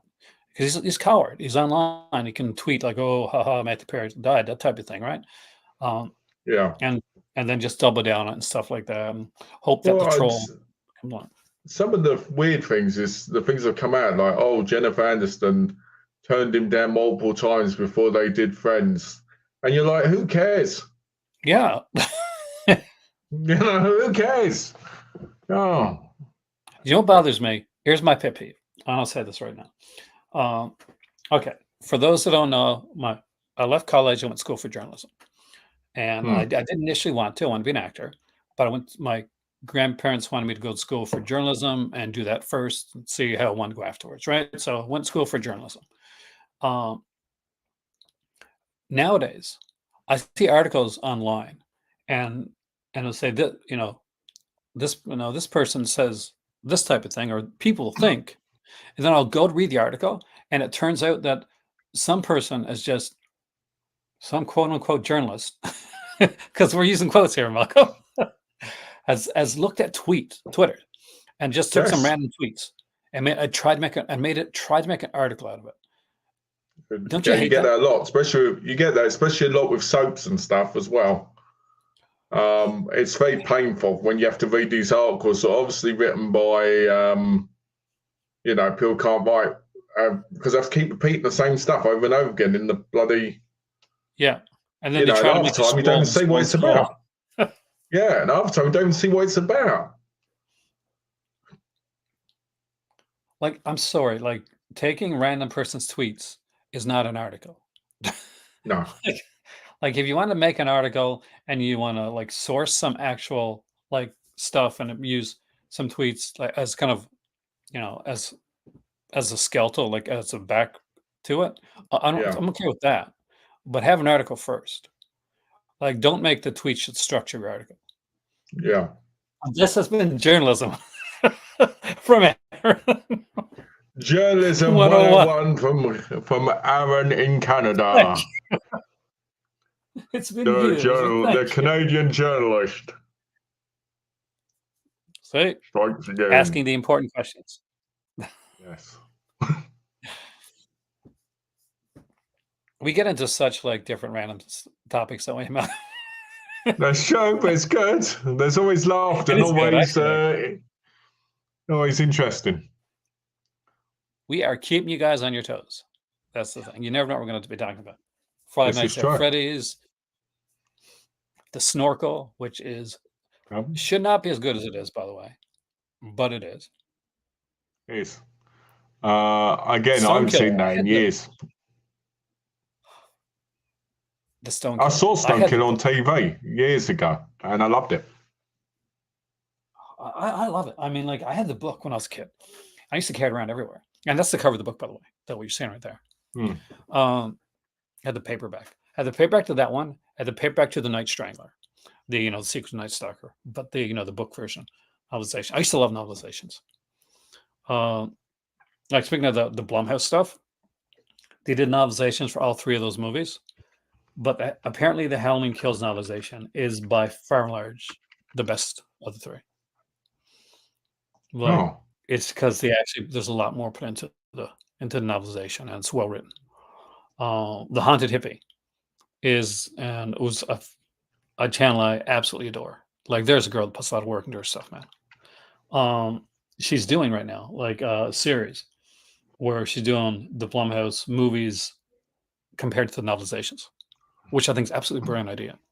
that's good, isn't And it? it is really good. So the Halloween 2018 was done. That was like that made me not want to get the Halloween 2018 novelization so much, but Halloween Kills was a longer one, it was around 40 minutes long, and I was like, yeah, I got to buy that one.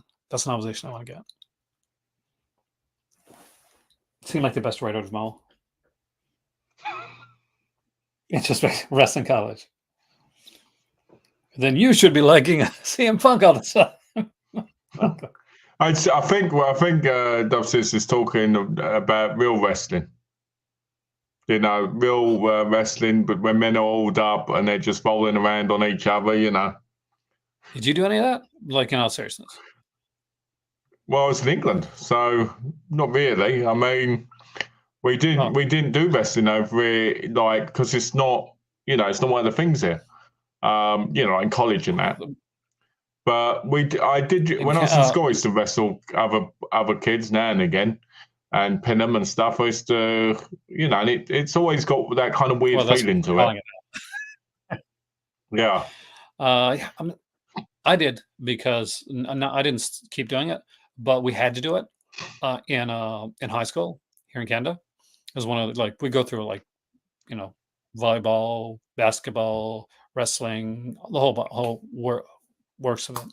But you can stay in and you become one of the wrestling team and stuff. That wasn't a thing for me. When I'm skinnier than I am now, and I'm still not a very big guy. Me and my younger cousin, not the one I talk about, the projectionist, but another one. We used to when we used to go to my grandma's on Christmas and that we used to wrestle upstairs on the bed. Is there more to the story? We used to wrestle upstairs on the bed and see who could pin the other one quickest and basically make the other one kind of submit in a way.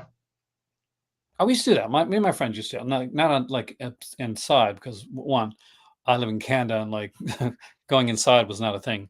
Like when I was a kid. No. Yeah. you got home, you're outside. That was and we called it rampsing. That's what it was called. It's a Newfoundland term for it. I think so. Anyway, and it's just fighting. And you forget just wrestling. No, you were punching each other. Oh yeah. But as friends. Not like you bruise each other and stuff like that. Oh yeah. But you just do it. It made you stronger. And, yeah, guys and girls will do it when you're kids, when you're in elementary school. I remember my first little girlfriend. I was only probably grade 5, maybe, or something, really young. As girlfriend, as in she held my hand. But it started bust kind of wrestling around. She stole my hat. I swear hat. And put it down her shirt. Oh, so you pinned her down. She pinned me down. Whoa. Because she put it down her shirt and she said, haha, you can't get it. And her brother was there. And he was younger than me. And I'm like, get my hat. So he put his hand under there and took it. And she pinned me down. Yeah, and she was such a sweet girl too. Well, when I was a kid, I learned jiu-jitsu and that, and so I spent a lot of time with girls on the mat, submitting them and stuff and whatever, and that was always fun. I always enjoyed that, except for when they get too giggly, they'd get a bit annoying. But I enjoyed it. I think I enjoy jiu-jitsu because there's more technical ability to it. You know, when you're doing it in the dojo place. You know. So I don't know because I don't know any Um, jujitsu. you don't know any jiu-jitsu, so you don't know how to do. You No, don't know how God, to do arm bars and all that. arm bars. Uh, Yeah. arm bars. Every time I say arm bars, I go back to like Chris Jericho and WCW with the big list of moves. Okay. Yeah. No, I didn't like. No. Karate came to our area. I say that and it sounds like a bunch of ninjas came out. No, but no, this guy came, Sensei They're like came, a traveling started teaching me circus. karate. Yeah, and so me and my friend Jamie went to the first class, and and the first thing to do is you got to do the knuckle push-ups. You know, you Oh push yeah, on your painful. yeah. So I stayed for the first 2 or 3 classes, but I was never a kid that this is before like you could like tape stuff off TV, and I was never a Yeah. kid that wanted to miss my TV. So I said, "Sorry, I like TV. I'm not doing it anymore." But my friend Jamie would come in, would go and do the classes, and he would practice his katas uh, in the yard, and so I'd practice with him. He took fencing in college. Oh, nice. I did fencing in high school, but only for 1 year. I tell you what, I tell you what, the jiu-jitsu sensei, his name actually was called Mark, and one time he got really angry with me, and he told me to lay down on the floor, and gave this other kid these really thin gloves, like leather gloves, and told the kid to punch me in the face until he said stop. Seriously. Seriously, I'm not joking. It hurt like hell. But the most important thing was I was laughing about it afterwards. But here's an even better thing. You got the best revenge of all because he's Sensei Mark. like, how do you take that seriously? Sensei Mark. Like, oh, well, sorry, yeah. dude. I can't remember what his last name was. It was Gracie Jiu-Jitsu. That was the place. It was in Dagenham over Oh, here. nice. And they I went used to watch under. a lot of They them. went under. Yeah, they went under because they were like, because he was a student of Hoist Gracie's, but he wasn't like a top tier student. You get what I mean? It's kind of weird, but I liked his partner more. Andy, he was nicer, you know. But yeah, it was a weird feeling being punched in the face over and over again. You will now feel the wrath, the jiu-jitsu wrath of Andy and Mark. It does sound bad, Like, yeah. I'm sorry, Andy But yeah.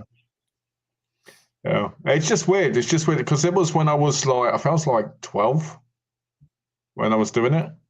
Because I was the biggest kid there because I was a big kid, you know.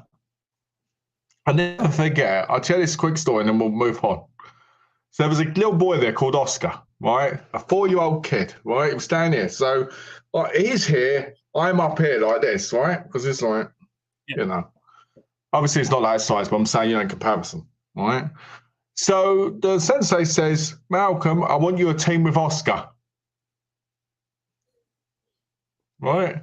I want to see Oscar throwing you over his shoulder. So, like, there's me. He's like my arm, and I'm having to jump over him and all this other stuff. And then that kid got his belt before I did.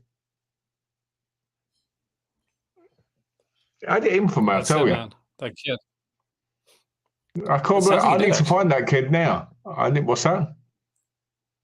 That sounds like you did have to. What'd you say? I'll have to find. How long ago was that now? That was 12, 13. So that would be what, 22 years ago. So that kid would be older now. I should find him. Scott Atkins. I should find that kid. Martial arts. I should find that kid for my revenge and be like, you know, like one of those really annoyed characters in the movies. But no, it was interesting. I had friends there. I had some friends there and that, and it was nice. But I felt like I was a little bit attacked by the sensei guy because he was always so moody with me. Because I was big, you know. Got here. Winnie the On a Pooh. positive note of Winnie and the Pooh, over here in the UK, they're also releasing a 4K of that in a steelbook. And you know what I don't like about that movie? Do we need it? They screw my main man Eeyore out of being in the film. Yes, thank you so much. That was what it was. Is basically could not get a costume where Eeyore would look serious. But I think that one of my thoughts the Old Boy remake. I like the original Old Boy a lot. The remake's okay. I mean, it'll never take the place of the original for me. Like here's the thing for me on remakes. Like very rarely do I mind a remake, like because the original's still there, right?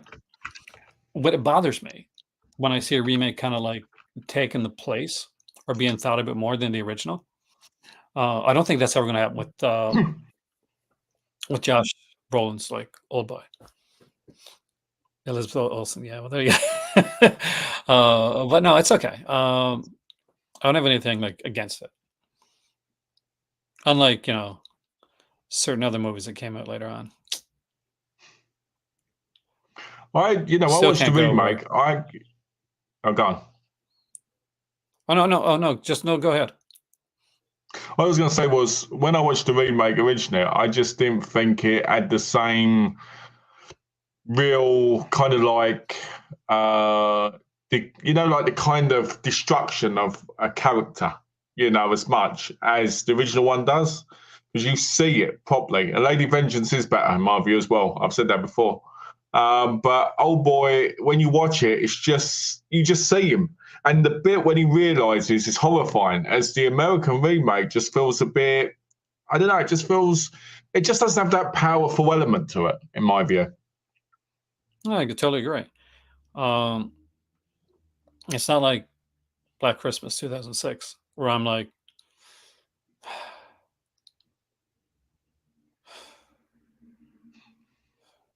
such good cast, such good cast, like such a great cast. I was so excited, Malcolm. Like I'm a massive fan of the original Black Christmas, and Yeah, that cast for 2006 is incredible. It's like a it is dream incredible. cast. It's a It dream is. cast, and this is what we get: freaking Bart Simpson, Shaggy. Yeah, that was an incredibly weird part of the story. Like, what the hell are you doing? And like adding in the extra killer doesn't work. This isn't Scream. The whole idea behind them is that the character is kind of like, you're reading between the lines is that he killed his sister type thing. What did you do? That type thing.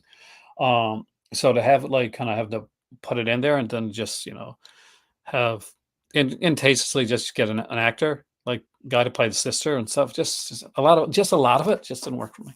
Yeah, and the fact that they had that, and the fact that they had that weird element to it between them both. Yeah, that was you didn't need it. It's like you're watching the Rob Zombie like director's cut of like of the first Halloween film. You're like, oh, that scene's not needed, man. Yeah, like I could have gone and because I was pretty much for what it was, I was enjoying the Rob Zombie director's cut of Halloween until the scene comes up. And I'm like, theatrical cut. Oh, the scene in the asylum, right? Here, but yeah, it takes you right out of it.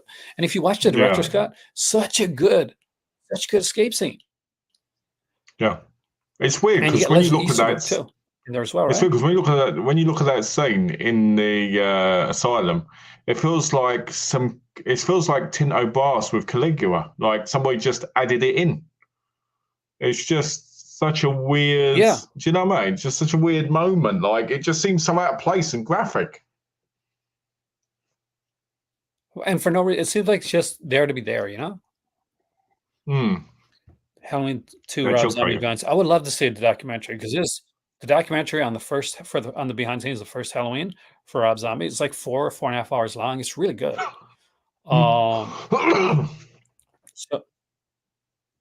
So I would love to know what's going on in his head with the second one, because a lot of people don't like the second one. I was one of those people, Trek, but I've warmed up to it. It's still never going to be my favorite, but like I've warmed up to a lot more of the films. I think I have. I'm not sure if it's just like this year, but I just get to sit down and, like, as Malcolm knows, to watch the movies in the weird ass way that I watch them, where I just take everything apart and then build it back together like Fond Legos. I memories watch of it movies with like Irish Legos. Sam.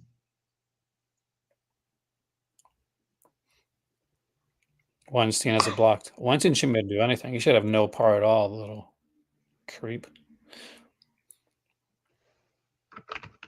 Do we have to say allegedly for Weinstein? He's been accused. Convicted, right? So is it still allegedly, Malcolm, if he's been convicted? Yes. If he hasn't been sentenced, it's allegedly. But if he hasn't been sentenced, then it's been found. Yeah, but he can be in jail without being fully sentenced.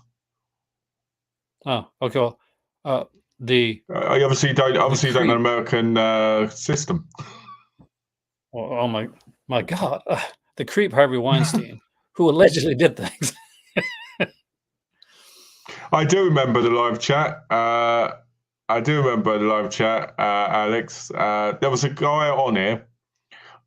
He wanted to do a chat, and he asked, "Did anyone want to do it?" So I said, "Sure, I'll join in." His name was Sam.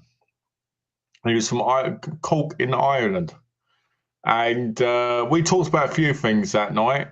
One of them was the 2015 RoboCop. All right. If I'm correct, it's 2015. Anyway, doesn't matter. You know the remake of RoboCop. And yeah, it was, let's just put it this way.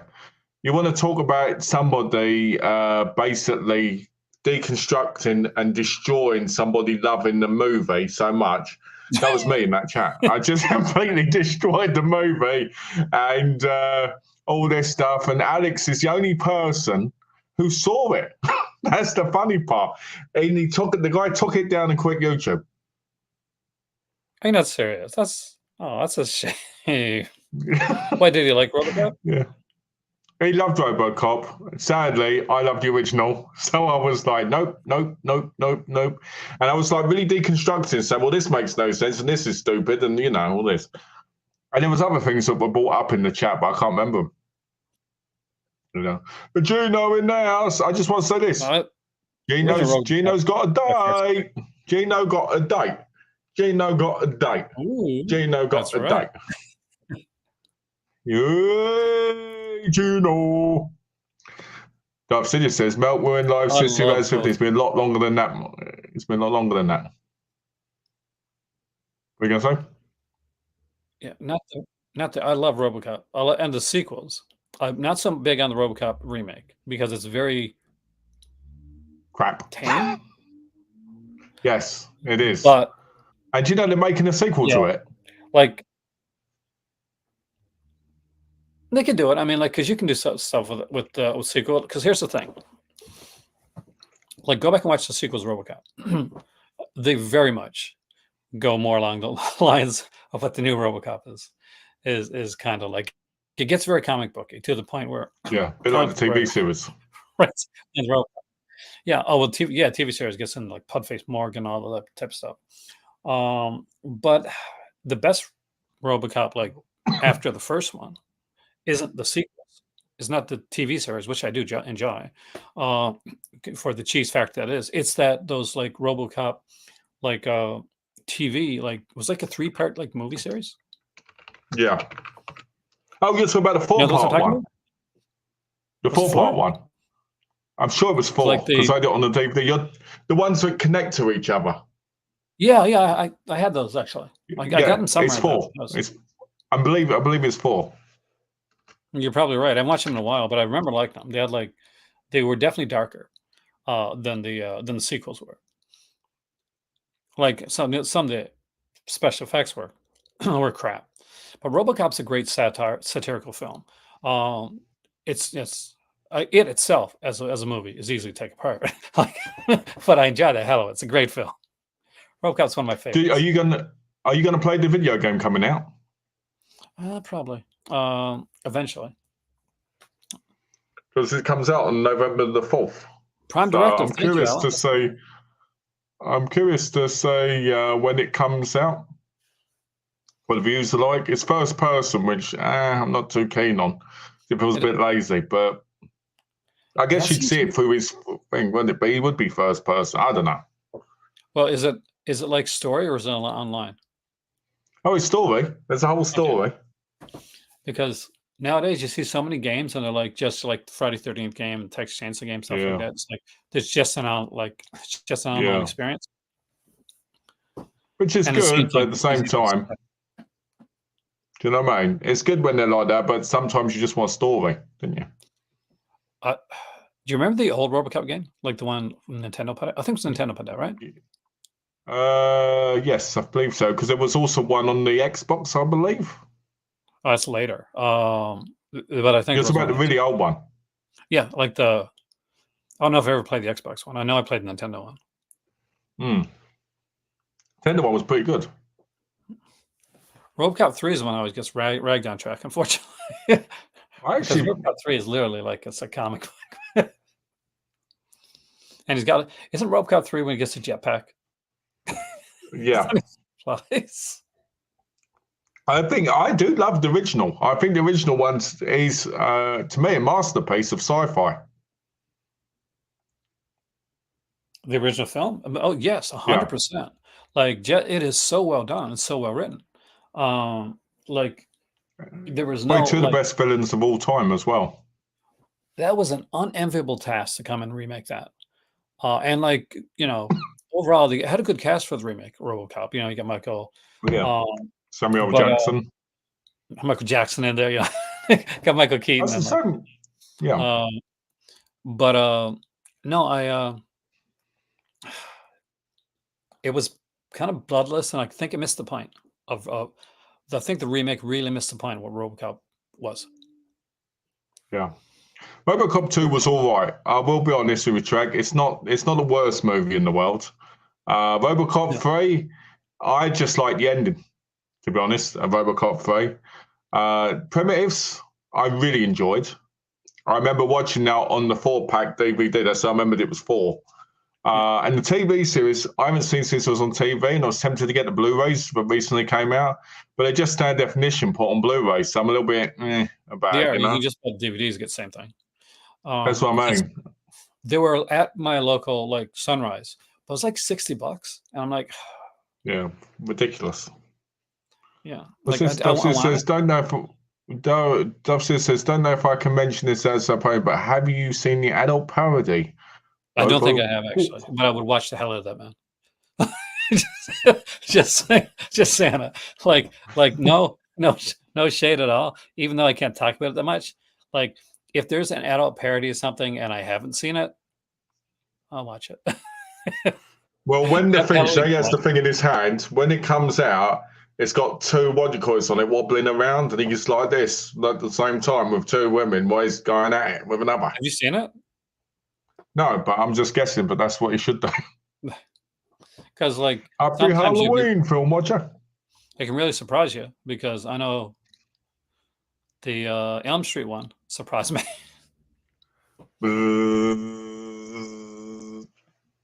Yes.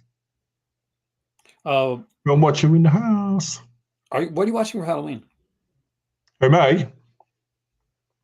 I'm watching Rosemary's Baby, The Others, Let's look on. probably one of my Bollywood horror movies, and probably going to watch. What anything? Yeah. Oh yeah. Oh, I can't share that because it's got nudity on it. But it's a film called The Cannibal Club, which is Okay. a Portuguese horror movie. But I picked up in the store, which basically is about a family that love to eat people. So, kind of sad, but tomorrow is Halloween, to be honest. I know it's like Because because I would like a few more days of watching horror, you know? it's Halloween all year round for me. Oh, did they announce some new stuff? Yes, you did. And thank you, Phil Matcher, for reminding me. So Funeral Home is coming out. Oh. Actually, this surprised the hell out of me, by the way. Me too. Oh, this would have been released by Vinegar Syndrome. Yeah, I know. Speaking of Happy Birthday to Me, Leslie Donaldson from Happy Birthday to Me is in Funeral Home. I love this cover, and Well, at tempted. least you can order it, but at least you can order it because it ships to Canada. Yeah, it's tempted because it's the poster. That's the poster. Yeah. Jennifer 8. Oh, that's a great movie. I love that movie.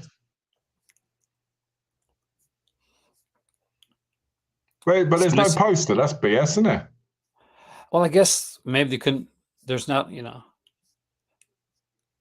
not a lot to do with like the limited edition slipcover. It's exactly the same as the like. Look, such a waste of time. That. Like at that point, do you really need slipcover? Of course, classic around here too. Thinner's coming out. Thinner. And I'm a big Joe Mantegna fan, so he's in this one. And speaking of RoboCop, right? Yep. Robert John Burke, RoboCop 3. Nice.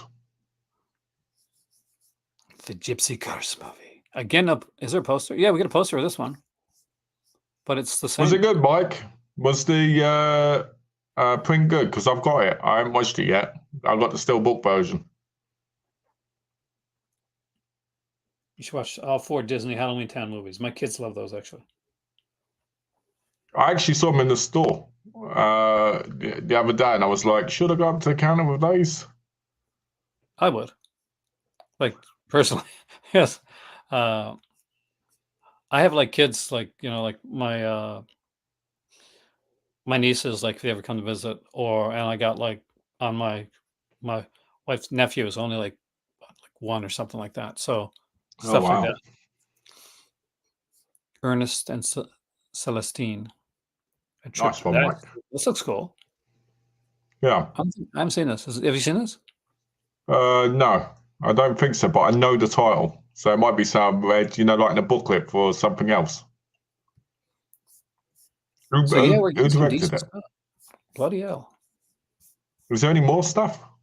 I'm going to check here now, actually. I'm excited. Funeral Home's the most exciting one for me. Oh, there's a few. There is a few. Forced Vengeance. We'll get there. Telephone. See how tough Bronson is? He's just like holding the phone and it shatters. Oh. Scan from the inner positive theatrical trailer. Notice the price is going up though. Look at that. Yeah. We'll get this Forced Vengeance in a second. St. Ives. That's a different Bronson film, actually. I'm guessing the negatives of these are gone. If they're scanning this from the positive, then that means the film stock's gone. Such a shame, but not surprising. See what about Forced Vengeance? 197. I reckon 88 films will release that over here. Yeah, for sure. Like you do. Because they've been releasing quite a few of them, haven't they, lately? If not, you'll have to like. And of course, Street Girls. Let's at the top. Love Street. $43 is so expensive, though, isn't it? Man, they've gotten way more expensive than used to be. Like I go to, is this in Canadian dollars? No, it's American dollars, man. Ooh. Like $43, 43 to 49 is what I pay for a 4K from Scream Factory normally, not a Blu-ray. So they're definitely going up next year. Because Scream Factory is normally one of the companies that's cheaper to buy if you buy them in store, right? Yeah. So we got a HD master presented in 185 and 166, so 2 aspect ratios for this one. Audio commentary with adult film historian. Ooh, I may need this, Malcolm. Oh yeah. And why is this? What I want to know is why is this 40 when say like Thinner is 43 with a poster and a slip? Well, this has an adult film historian doing commentary. Probably, in all honesty, that's probably part of the reason is that this here looks to have new artwork. and features, whereas Oh yeah, Thinner so is that using that's oh right, okay. that and Thinner is somewhere. No, the same Thinner, same thing. 43. It actually says it's in Canadian. That's in Canadian. Yeah, it's in That's Canadian Canadian because dollars. That's great. when you go back, it'll show you, but that's Canadian on the thing. Oh, let's go to US. It Okay. says. There we go. $29 in US. There, that's close to you, man. Yeah. Which is crazy because you know what? If you go to Sunrise Records, it'll be 32.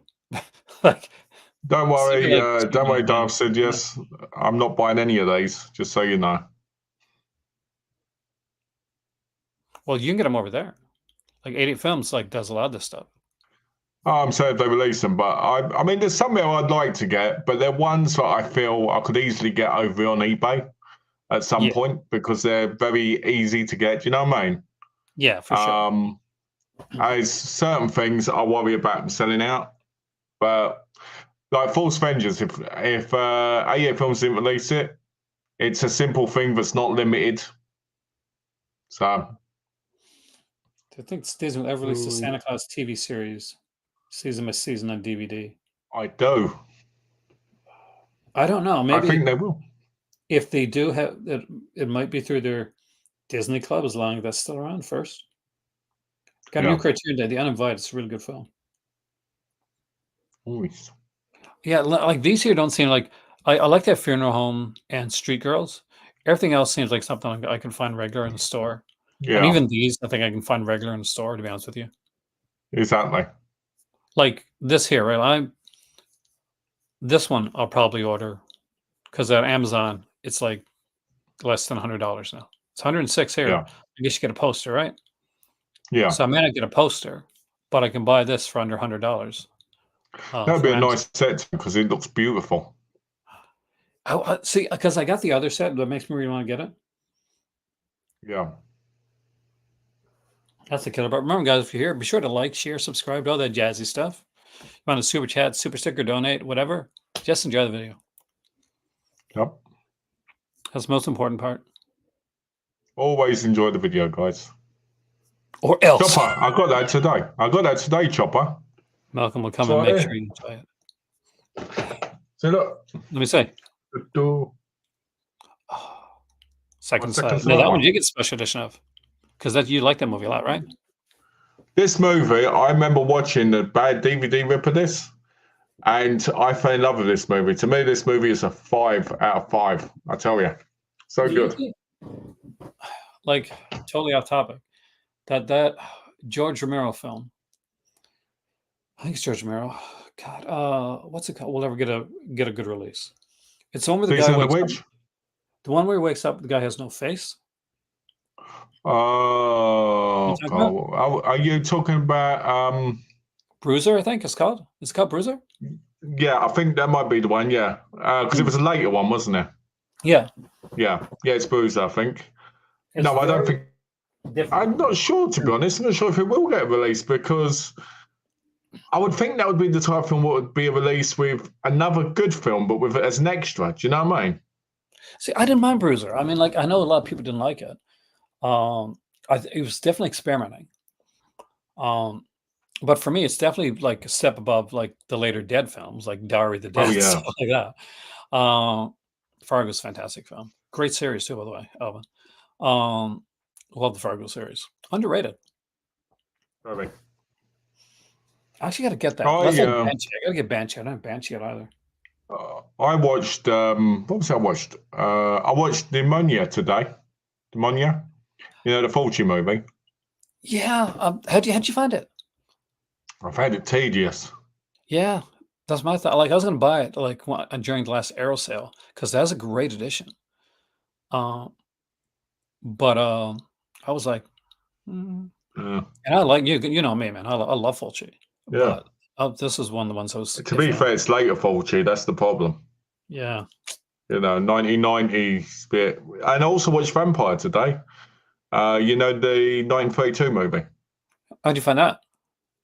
I thought it was really good. I love the shadows in it. I love the atmosphere. I love how it is. But like I said to Matty, because Matty also watched it today, because I saw it on his thing. But he shared. Like I said to Matt, I feel like that's the type of film you have to watch probably 5 to 6 times to notice every detail. It's one of those and the films. meanings, But because I got the Eureka one with the booklet, I was like, oh, I'm going to watch that for Halloween. Like my Halloween things. So, wonderful. Tenebrae is a good choice, film watcher. Tenebrae is a great film. It is great. If not my favorite. Are you, after you're done with Shout Factory, do you want to look at Masker Video? Because they've got their sale on. Oh, do they really? Sure. Yeah. 20% off. It doesn't sell on the prices because it's on the. Got to put a code in, right? Yeah, I think it's like Madball or something. You'll see when you're on there. And Tenebrae is brilliant. I love Tenebrae. Got such great soundtrack. My favorite of the soundtrack. Free shipping on domestic orders. But what about non-domestic orders? Oh wait, can I show stuff here? That's the only one with. That's the only one with a bit of nudity, from what I remember. Let's go. We'll dive down here. Okay. So you might well go to the movie section. Black Devil Doll from Hell. Is there a movie section here? Yeah. Is there a sale section? If you say all releases. There we go. Right, there you go.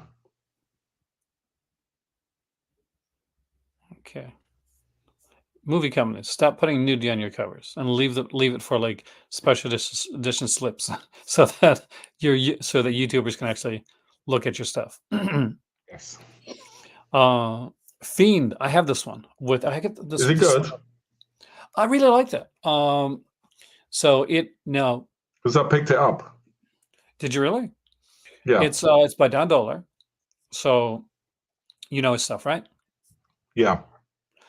So it's very Don Dohler-esque. So his family will be in the movie, but he has this actor in this one that he's very much one of those guys that I guess did stage acting or wanted to be an actor and maybe never made it type thing.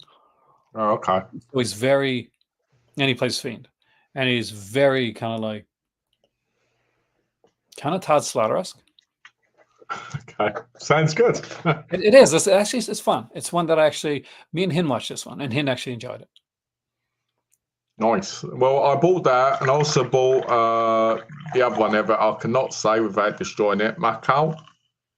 The basically the Nightmare on Elm Street one. Yeah, and I got the other one next to it, the Devil Doll one. Did you really? Yeah. I bought the whole site almost. Oh my god! Did you buy the? So if that's here, it's Tales of the Quad Zone. It is. Tales from the Quad Zone is there. Yeah, I picked that up as well. Don't know. Tales from the Quad Zone was one of those VHS, like infamous VHS for VHS collectors. See, there are so few editions of Tales from the Quad Zone. It's not a good movie. There's so few editions of it made. It's a fun movie that it became like almost an urban legend. And there was a whole eBay story about, weren't there, where it sold for like $600 odd. Insane. And then the DVD came out, and it became worthless. Yeah. Fiend is one I definitely recommend. Fiend. I've actually seen the remake to Black Devil Doll, and I love it. I absolutely love that movie. Stab? Yeah, I love Final Stab. I've got the slipcover. I've got the slipcover version. I know this isn't great, but it's one of those like Scream knockoffs, and I love me some Scream knockoffs. The way I see the remake of Black Devil Doll, Mike, is it's like Dolomite as a doll, while looking like he's in the Cuban resistance, and basically gets off with all these really busty women before killing them. I love it.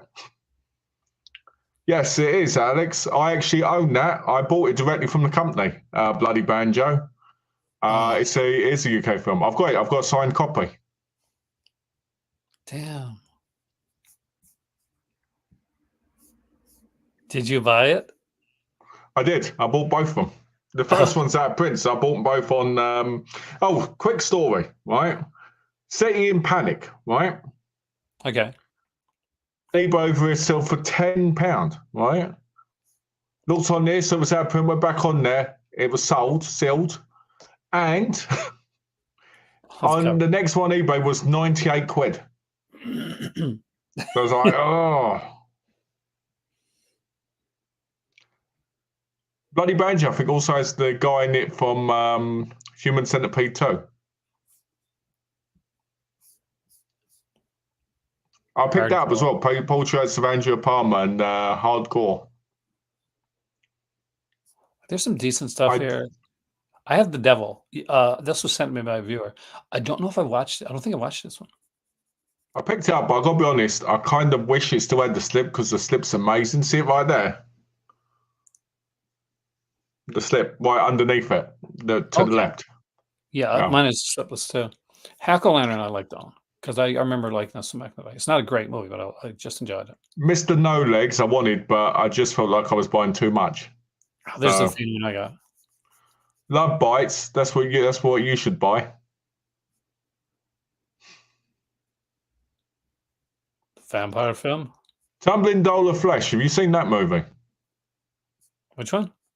Tumbling Doll of Flesh. No. I do not recommend it.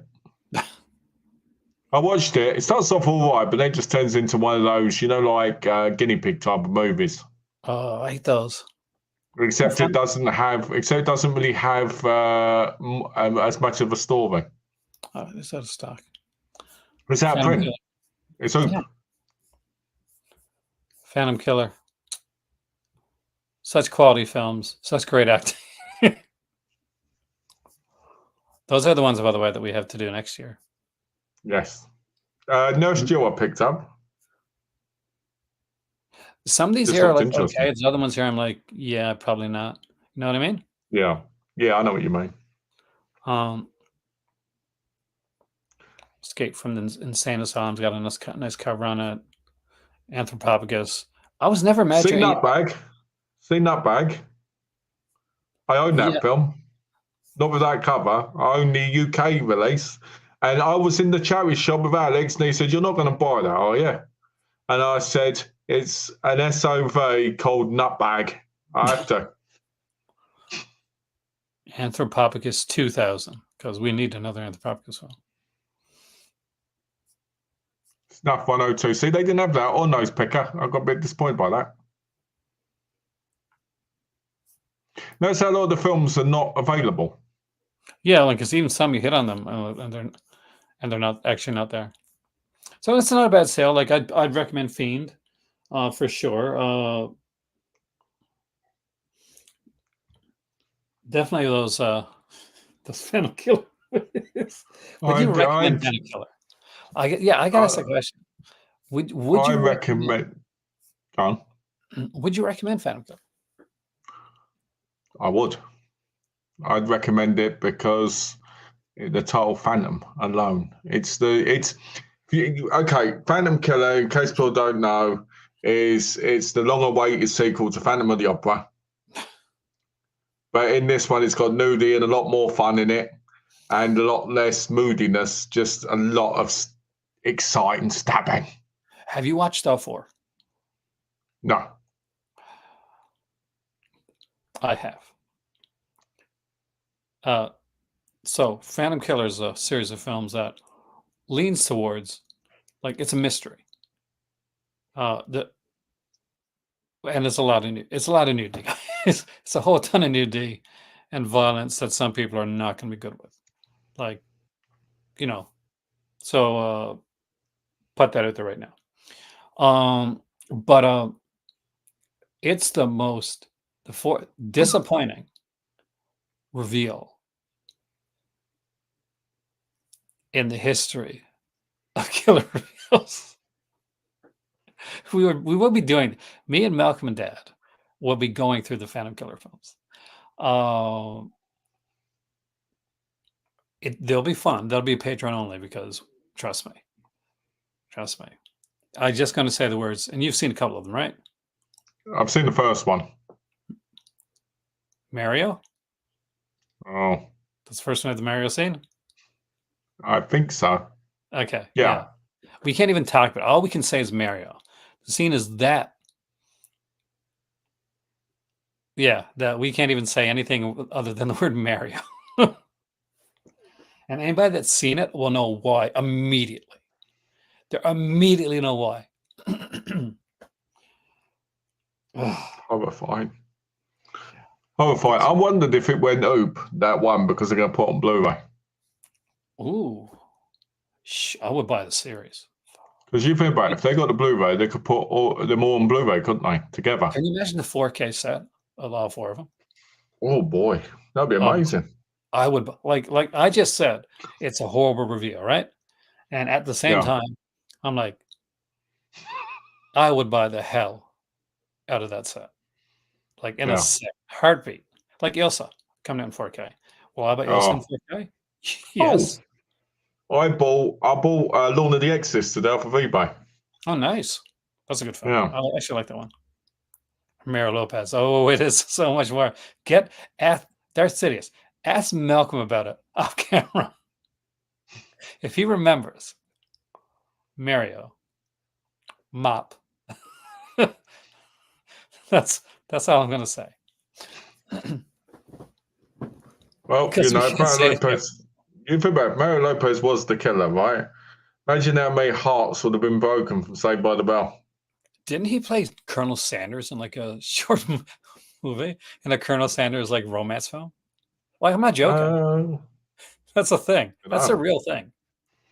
I remember when he was in Nip Tuck as this really hot kind of, you know, surgeon who was doing lifting all the time, and it was like, ooh.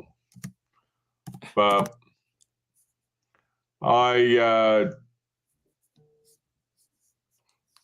don't think I've seen him much, to be honest.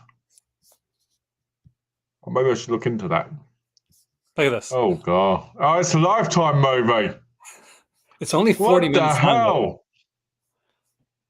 What is this?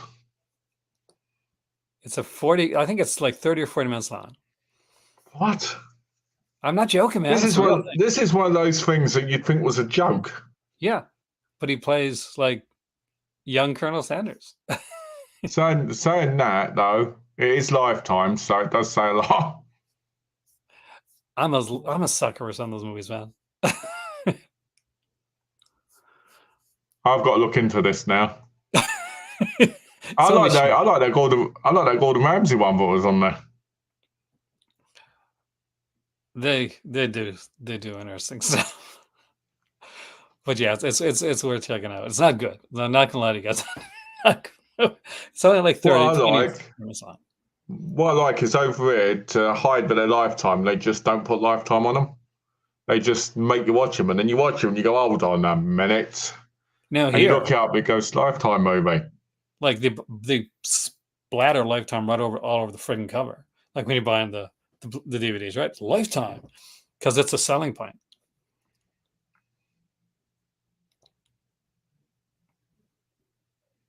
Darth Sidious knows, he goes to all those type of things. Darth Sidious, a Chip No Stripper fan. He is number one fan for Chip No Strippers. Yeah, especially Mario Lopez. NW hats are now on sale on WWE Shop. That's awesome. Well, I got the What He At hat, so. Ooh. Yep. That's just cool. That's how much did you pay for Lorna the Exorcist now, if you don't mind me asking? And was it the Blu-ray? It was the Blu-ray. If I'd bought it in America, it would have cost me $16.95. I believe, from Kino. But I didn't mind the difference because when I was on eBay, I got it from, I think it was Rare Waves United, I think it was. And I got it for, I'll have a look right now for you. Because luckily, phones have all these apps now that tell you. I got it for, £19. So not No, one million. I got it for £19 with free shipping. I think it's shipped from America. There was a couple of reasons why I did that, right? One of the reasons I've been buying some of these stuff is because I wanted to be respectful to Darth Sidious because he's taken a lot of stuff in for me to send to me, and obviously I don't want to just keep sending stuff, especially if I can get it, So, for a good price, I mean, I can get that $16.95 in America, £19 here, bargain, isn't it? It's basically just, It is really. especially with the free shipping. So, yeah, it was £19 because I'm in the UK, because they took the tax off, I think, for it. So, yeah, it was Rare Waves United, and I bought the last copy, but I think there will be more copies on there. But be warned, it is coming from America, so it probably would take a while to come. I'm hoping they get the. What's that? I hear Rare Waves is pretty good as a seller. Yeah, they're pretty good, but they take a while to get to me. But if they come from America, they will, won't they? So I'm hoping I can get Ilsa and the other Jess Franco, Seductress, is it, or Seducer or something? Oh yeah, is that what the one? Yeah. I'm hoping I can get them through them, because I'd like to really only focus if I can get help, like from Darth Sidious, if it's stuff that I just can't get at all. Do you know what I mean? So, because otherwise I get a bit too excited. Otherwise I get too excited and I start going, oh, I send you this, I send you that, I send you this. So I need to cool down on that and be fair, because it is. Poor Darth Sidious with a bad back, trying to put your package together. Trust me. He's had to use a big box to put the posters in, right? From Southern Shout Factory stuff, to put the movies in and all this. So the patience has been really appreciated, and I just wanted to say that while I was on it. That is incredible. Like, it really is, actually. Oh, you know what? If you're going to keep showing that, what you need to do is you need to show Dawson's face. Let's put Dawson's face up, the one with him crying. Oh, there we are. Go on, you got to put it up close to the camera. There we go. That's it. That's the money maker right there.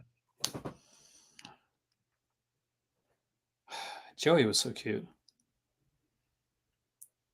Joey, he was. Which one was it for you? Was it Jen? Really? I was a Joey. Jen and Meredith Monroe. Oh, Meredith Monroe. Oh my God. Yes, all day, every day. Love Meredith Monroe. I really do. But Joey was like, Joey was a dream girl for me. The guys, Pacey. I was probably more Dawson. No, here's the thing. I'm like Dawson in the way that movies. Like, look at me, man. Look. No, you're Dawson. You're Dawson, and how he responds to everything, not the movies.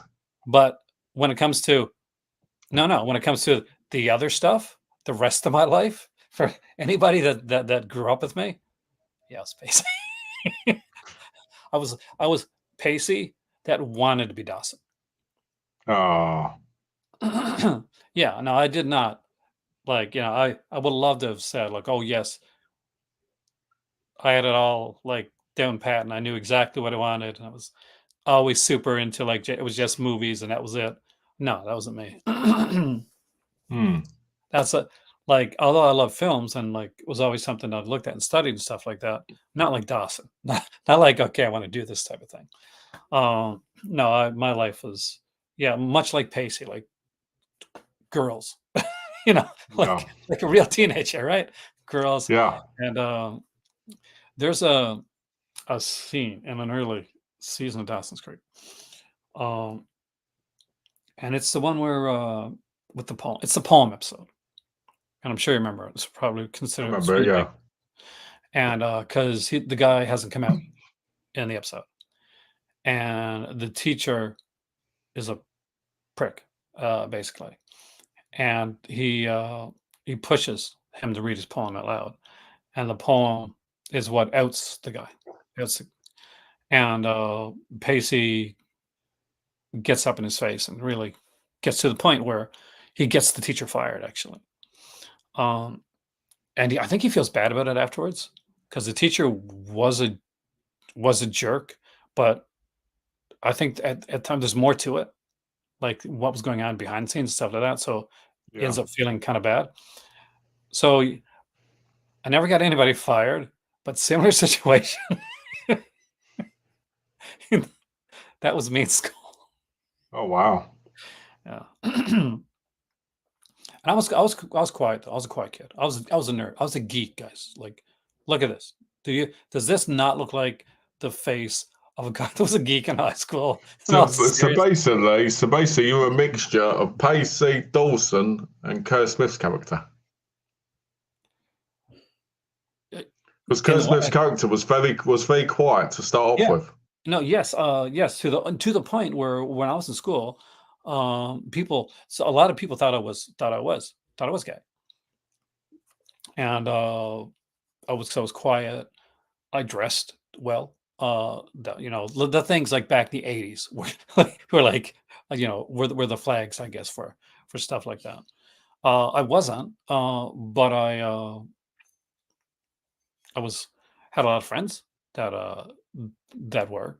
At the time, like I didn't know so much Well, what? because I was a What kid were in a they? small town, and I did not have any like what nowadays like you call like gaydar, like know that type of Oh, stuff. okay, though. So, like, like to know, but I wouldn't. But I was very naive. I was a very naive kid.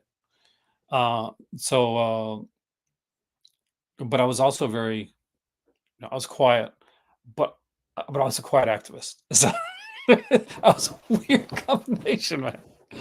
I What's remember. I tell you. Yeah, I'll tell you something. You said about gaydar. I'll tell my first real experience. With I was in church, right, and we had a lock-in.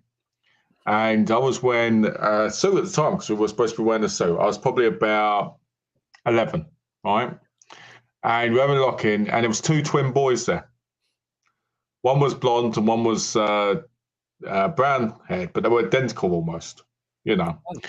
So I'm in the toilet or in the bathroom. I'm struggling to undo my shirt, right, to change because obviously it's a lock in, which means, you stayed overnight, you lay down, you watch stuff on TV. He looks at me and he grabs hold of it and starts unbuttoning it. I kid you not. That is one of the moments I've never forgotten in my life because I felt this incredible feeling, right? And I've never ever felt that way before and since. It was like the most earth-shattering feeling in my entire life.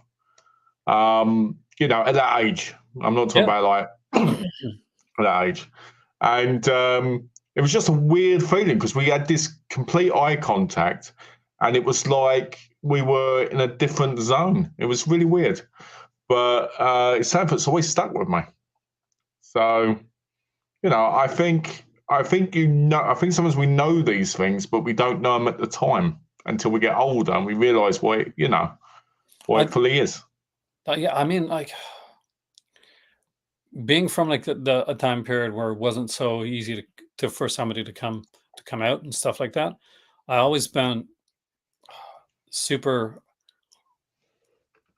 admiration for people that had like the one that had to go through it, and that did because when I got to college, there was a girl in my college, and she was out, and she dressed like the way a lot of people, unfortunately, that would say, okay, this person is type thing. Not that she dressed unfortunately that way, but like that people looked at her differently Yeah, because of the way she dressed. Nowadays, thankfully, but it's not such a big deal, right? But she was relentless. Like, uh, there's girls in the school that relentlessly teased her, and I don't mean just tease, like they bullied the hell out of her. She had to leave the college where in the room she was yeah. staying and come stay at our place for a bit Wow. because it got really bad. And she was really good. She was really freaking talented. It's such a shame. Um, that church amplified everything.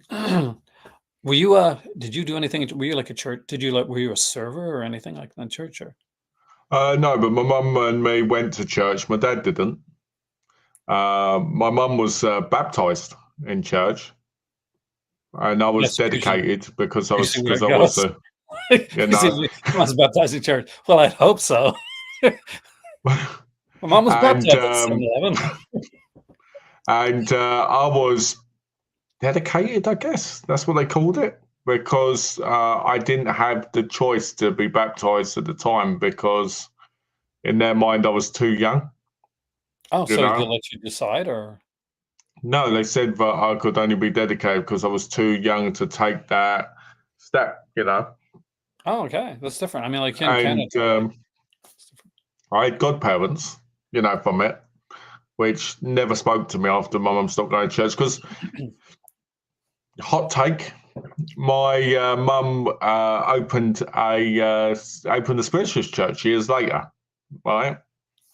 Yeah, And because she met a guy who was into spiritualism, the whole medium, 10 year, your future, all that stuff.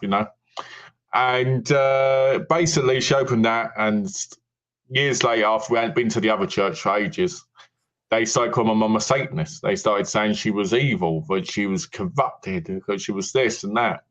So they kind of didn't bother with us, other than telling her she was going to go to hell. And it caused a lot of animosity. So, who am I going to pick? Obviously, I'm going to pick my mum, aren't I? I don't know my godparents So, much. exactly, I had 4 godparents and none of them tried talking to me to help me or anything. And to this day, I have no idea where they are. I don't really care, to be honest. But when it comes to the church itself, a lot of weird experiences there, you know. A lot of strange feelings,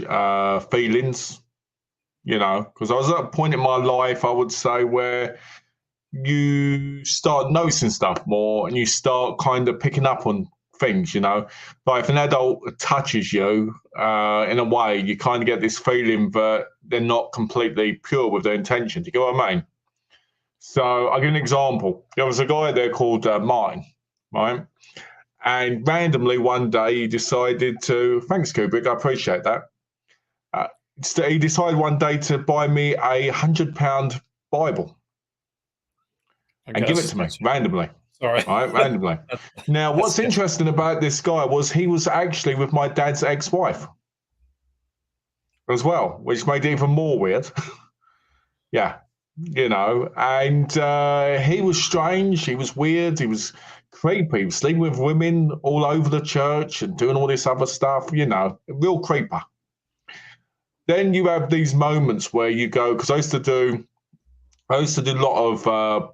I used to go to the Bible study, on the Sunday when the kids go. So I used to go to the Bible study, and it was just strange because I've been to multiple churches in my life, and of different kinds, more so because of going with people than going, myself for reasons. And I got to a point in my life where I was like, nothing against anybody who's religious or goes to church or anything, I've got nothing against people like Gino who do great work at their places, I've got nothing against that because I believe every church is different. But from what I've seen from this area and parts of where Donna was, in America, it just seems all about this. And there's not enough, do you know what I mean? I believe that there's not enough real purity and support to help people. Like Donna, I'll give you an example from Donna's point of view. Donna went to a church where we lived. I'm not going to name any churches because I think that's inappropriate. So Donna went to this church. It was massive. It was like on a college campus, even though it wasn't. It was basically that big. And they had 5 halls that different types of people could sit in. So, for instance, if you wanted the standard church, you go there. If you wanted to have a more musical version, you go in that one. If you wanted one for the elderly people more, you go in this one. Do you see what I mean? If you wanted more of a culturally different one, you go here. So, for instance, I'll give an example of what I mean by culture. This is their words, not mine, right? So if you wanted to have, let's say, you didn't want to just watch people who were white singing, you wanted, more of a black gospel kind of singing, you could have that, right? Which to me, I don't understand that, right? Actually, Because I that's think the with fun all, one for me. Like, and I'll just interrupt. I'll let you start in a second. I apologize. So I have to say, like, I went to a lot of different churches, like you, but those were the most fun ones because like their music was better. Like, oh, I like, agree. I agree 100% on that. But I mean, it's the whole idea of people being separated. Do you get what I mean? like Like, segregating into different sections. yeah. For And every time, thanks, Film Watcher. Every time every time we went there, it was always, here's a leaflet for all the money we need for all these repairs in the kitchen and this. We want to get 800,000 by the end of the year to build another part of this, another part of that. My first issue with it was that it wasn't really a church. It was more of a campus ground place. My second problem was nobody ever bothered with Donna, right? When she needed support. When her husband passed away, she said she talked to the people there and said, look, I want to make friends, but I don't want to go dating, blah, blah, blah. Next thing she knows, they're put on the dating list. They've done this, they've done that, they're thinking this, judgmental, horrible to her. Not. So she decided to go to a few different ones, and each one of them wasn't that good. I kept saying to her, two things I want you not to do. I don't want you to give money to a church unless it's one that really you feel, is properly. And the other thing is, I don't want you to feel like you have to go there to actually be, committed to God, because, she's a devout Christian. So, I see that. I see how my mum was treated. I see how things treated. And I believe that someone who's genuinely religious, in the right sense, can do nice things and just spend time with people, helping people without having to have this need of, oh, you know what, I'm going to tell my whole story here, I'm going to do this, I'm going to do that, because it's not about me at the end of the day, is it? It's basically about me doing the right thing for people and showing the care and the compassion I have thanks to who I am. If I'm not naturally a good person and I'm not actually somebody who shows love and affection and care for others, then what's the point of me even going? it's my You know what I grandparents. mean? It's actually a good thing because the way you said, because my grandparents used to have this saying called Sunday morning Christians, and what Oh, it yeah. basically was were people that would go to church once a week, but were horrible people, like Yeah. the rest of the time. But they thought, okay, because he went there, that's okay. Everybody would think, and what happened? People were like, oh, Yeah. this person, Both. oh yes, sure, he beats up his spouse, but look, he's in Sunday morning, kind of like mass. So I guess he's a good person. Yeah. Like, and that's really confusing when you're a kid. Stuff Hmm. like that. You're an atheist, That's and there you go. understandable, Right? Like Kubrick. everybody has their own, like has their own thing. That's like I don't talk about my Well, what my spirituality is because which is okay if you do and you want to, uh, just because it's just me. Um, yeah. and I don't normally, but I was just brought up to be like, no, because you're making a point, like you yeah. were telling a story, so it makes sense. That'll get like in a way, it's same probably as you, as in like it says to keep it like this was it, kid, go and you don't Yeah. do in public, you go in private. Um, I think, look, that's nice. that's really nice, actually. Thanks, You're Donna Alex. I blessed someone. appreciate that. We are blessed to have each other, actually, me and Donna. She's been a lifeline in my life, in a lot of ways. But I think like Zen Buddhism with the meditation, but not the past stuff. I get Kubrick, I do. I get completely. Like I said, in my view, everybody has a right to believe or not believe whatever they want to, as long as they're not harming others. Exactly. Yes, You that's know, what. the other thing I really do, the other thing that I think is wrong, and I'll end this here because otherwise we'll get into the whole thing about is I think it's wrong when people. So let's say Aaron says to me right now. Let's say Aaron says to me, like Kubrick, he says, "Oh, I'm an atheist, right?" and then I'm like, you're going here and here, you know. I think personally, the only way anybody can see whatever view they want, or you know, let's say for instance, let's say Donna and me, right? Let's say Donna says to me, you know, I believe in something that's harmful, right? But being atheist isn't harmful, you know, that's your choice. But let's say she believes in whatever. And I go, oh, I'm worried about her because this is a really bad thing. Because we know some people believe in some really crazy stuff, right, out there, you know. And I'm not talking about just, you know, I'm talking about like really bad stuff, like what's going on in the world right now.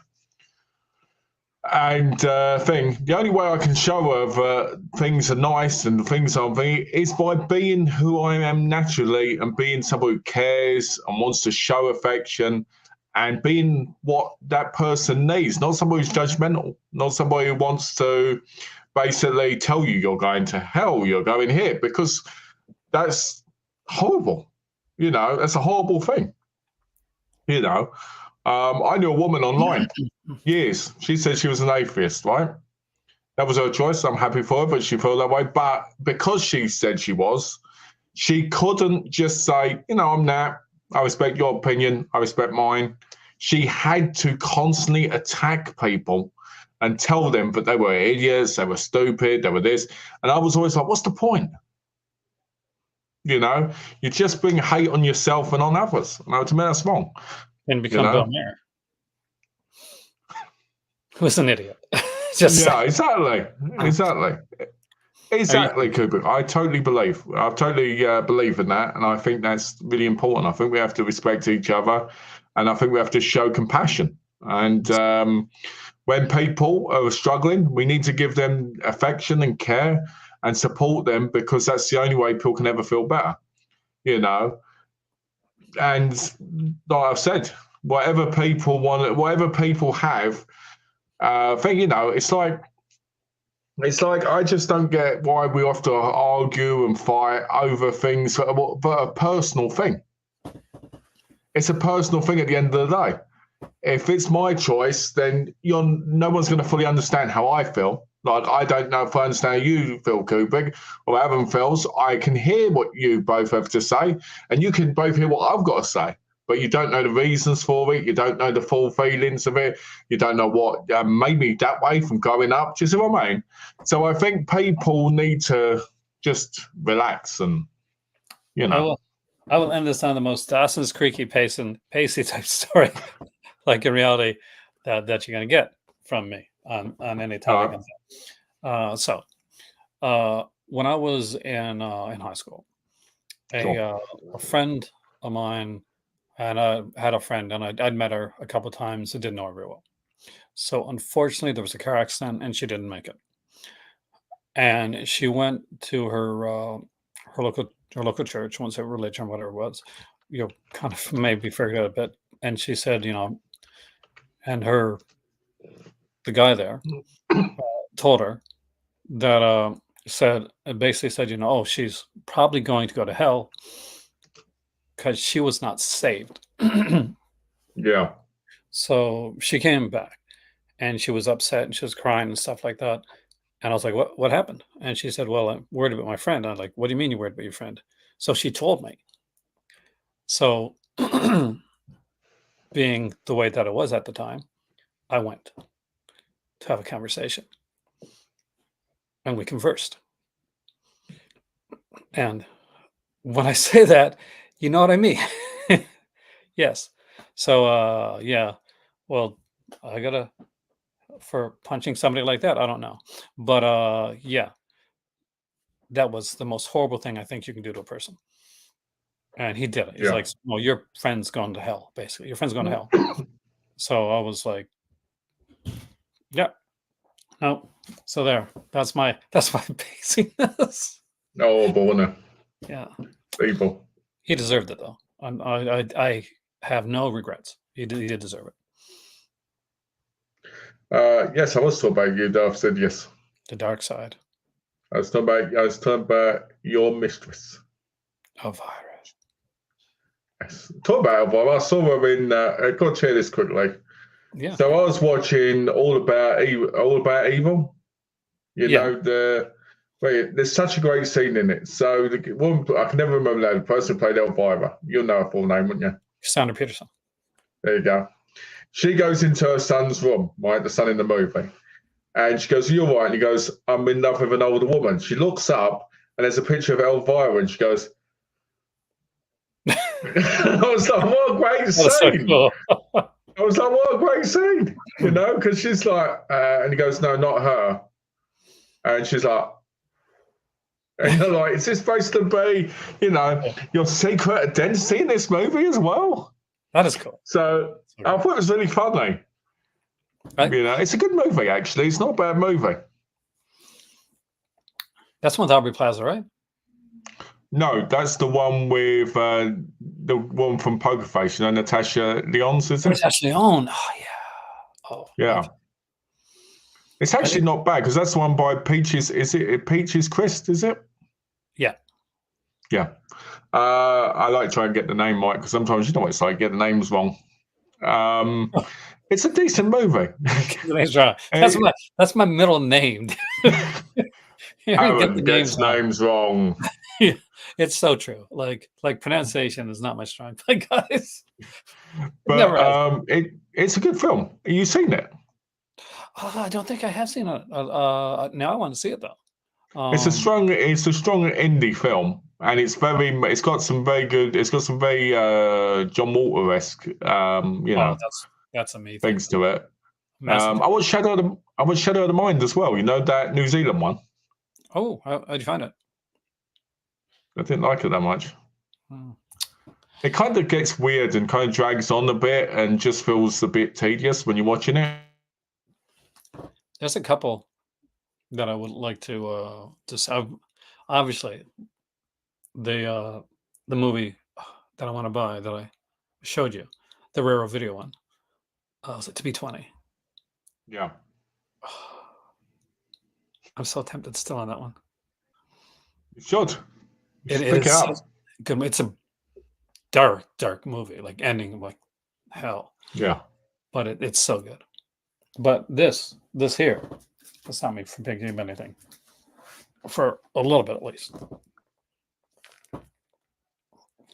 Hey, I was the one who originally said get that one when you showed me the original video. You were, and I was like, not sure. and I was like, I was gonna buy like Nick Spencer's Spider-Man Volume 1. And I went there and I said, no, I'm gonna get Wonder Woman because I really want kind of that mod 60s Wonder Woman run. And I got there. And I'm right there. And this is right next to it.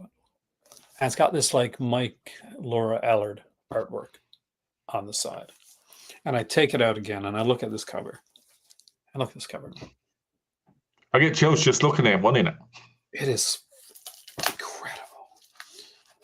And I've been reading it and it's so good. It's so good. It gets I told you it was. You're right. You were right. You're 100% right on this one.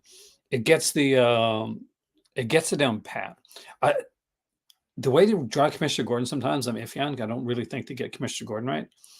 But I kind of think it's sort of on purpose in the art style it's done because it does change art style.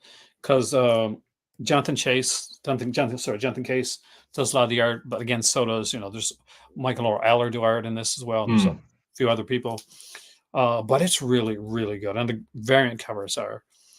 I rarely kind of like get into the variant covers that much, but they got like Justice League Dark variant covers, like The Flash got a variant cover, Wonder Woman got a variant cover, Superman Wonder Woman got a variant cover. And there's anyway, guys, I won't go too comic geeky, but it was just one that really kind of it's a beautiful thing for the collection. It definitely is, and it's the biggest one that I picked up. This one here, and I was on my Omnibus Reddit thread, and people liked it, and I showed the Conan the one I got, the Carrie Nord, Kurt Busiek one, and apparently, that's according to Conan fan, that's one of the best runs on Conan, and I haven't read Kurt Busiek, so I'm actually really excited about that now because people are saying that's like one of the top runs, right, with Roy Thomas. It is, I've been looking for it over here. Can't get it cheap, but I've got a save, in case it pops up, so I can pick it up. It's something else. Go on. No, no, no. Go ahead. No, you go on because you're still talking about the thing. No, I was just going to say I just looked into it because I found it on a Facebook like Yeah, Omnos page, and this guy was selling it for $40, so I just grabbed it. such a bargain. What I was going to say was, in case people don't know, this week we should start getting the several announcements for the Black Friday. Oh, that's right. You know, because it's the 31st, isn't it, today? So they should start doing it within the next week because they'll have 8 titles. Yeah, because won't get any announcements for Vinegar Syndrome until the day, obviously. Yeah. They'll put out some hints, but there's only 2 titles we don't know, and obviously we No don't. one's Phantoms. That'll be horrible. Joe Chappelle. I'm not letting that go until it says otherwise. It might be something like, I'm kind of curious about what that like mystery thing is now. Like, is it going to be like, will it be shot on video? Will it be like audio? Because there's a couple ways it could go with this. Are Vinegar Syndrome going to do like soundtrack thing, or are we going to get something like that?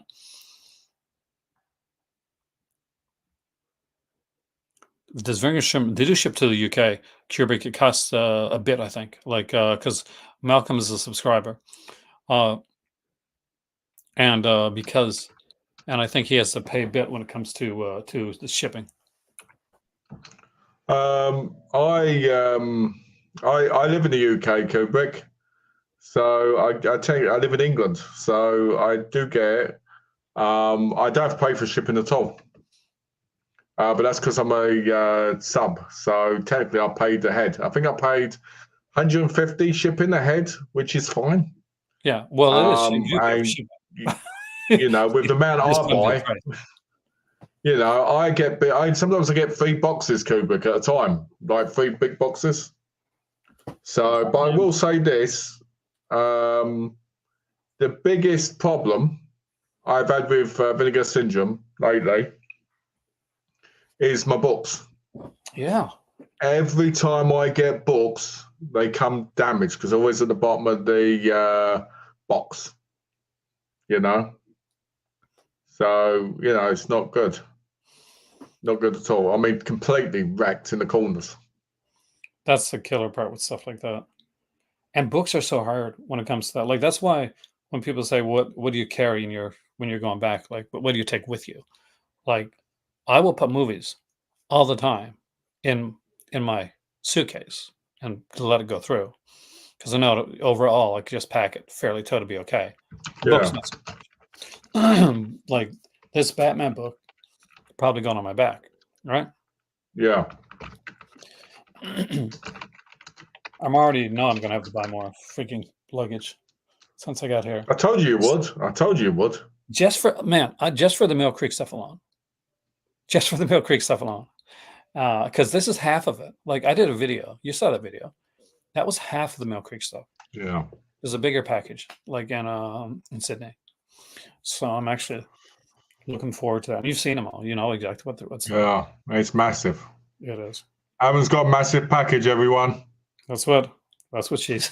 What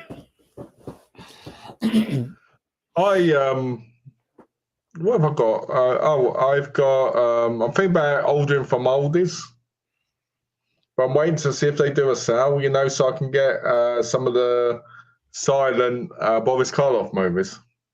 Ooh, You know, like Last of the Mohicans and stuff. that'd be cool. Yeah. I'm a sucker for those, like Alpha Video, where the quality's not the greatest, but Oh yeah. pictures, the cover's so freaking awesome, man. Especially considering it's the only way as well. So to get some of them properly. It is. I mean, like, because some of them there are just so freaking like rare. Yeah. I got a few like, I'm a big fan of cereals. For those that like don't know, I watch everything, don't I? I do. Like Rin Tin Tin, like the Rin Tin Tin cereals, and stuff like the like King of the Rocket Man and all that stuff. Oh, I like that, Kobe. That's awesome. That's kind of like what Darth Sidious has been doing for me a little bit, helping me out with things that I can't grab. So yeah, I think it's great when you got a friend that can do that because it's just really nice, especially if it's stuff you can't actually get to you. Like, for me, for instance, things like Cauldron Blu-rays, they don't ship to the UK. At all? You Don't know, ship it all to the UK? no, Let's they see don't about ship to. like one, right? I can get through Diabolic DVD if I want to, but then they want to charge me like $40 shipping for 2 items. Shipping's gotten insane. So Shipping used to be good. Here in Canada, to ship like within Canada, there's one day of the week, I think, when shipping's free. I think it's Tuesday. That yeah, they do it for every once in a while. Like Tuesday shipping is free. So you can ship anywhere in Canada for free on Tuesday, yeah, that's which handy. it is. It's Tuesday or Wednesday. I can't remember which day it is now. Somebody will come on like, no, it's this day. But hey, guys, I haven't been in Canada long, so Aldi's the grocery store. you said It's a great oldies, and I grocery believe it's store. Aldis. Oh, Oldies. Oh, okay, Oldies. Yeah, that was See, and my he said mistake. Aldis, and I thought about Nick Aldis, the wrestler. So there we go. Ronto.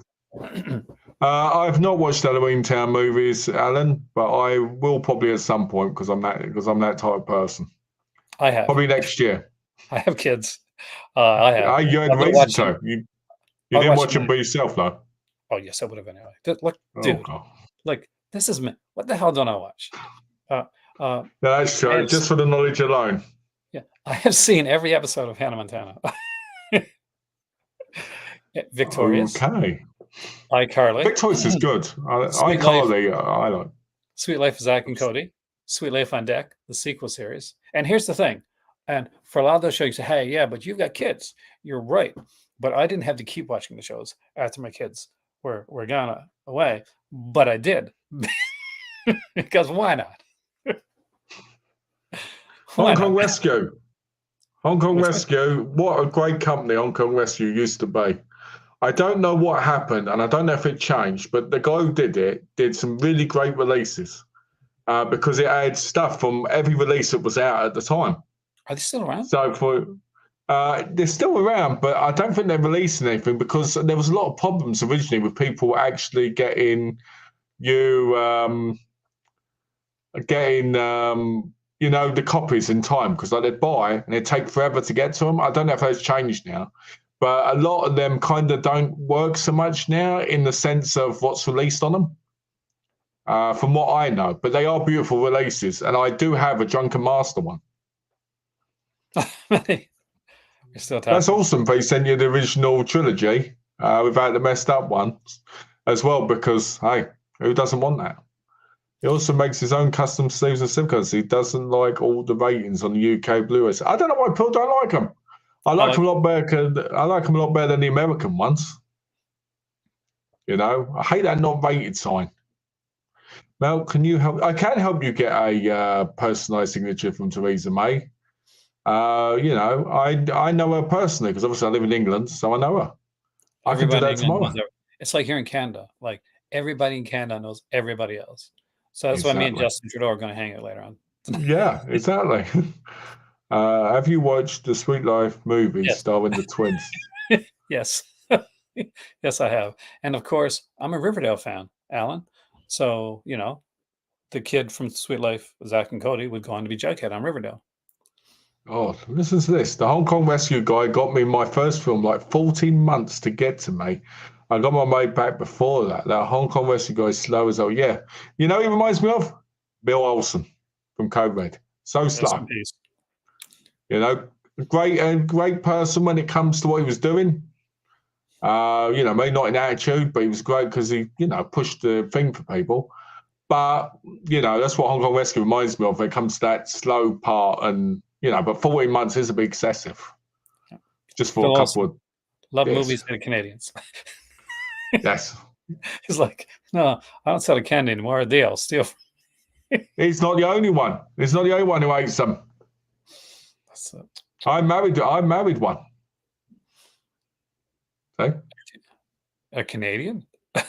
Yes, don't know. She's part Canadian, isn't she? Because she was born in Canada. That's right, though. Yeah, she was born in Canada, so that's why. See, now we know why Donna's got that extra specialness. That's that There we Canadian. go. There we go. I cancelled the other Hong Kong rescue order. My UK friend just got it from me in the UK. Oh, That that sucks, sucks, doesn't it? Maddie. 2 days off, still testing positive. Looks like spending Halloween by yourself.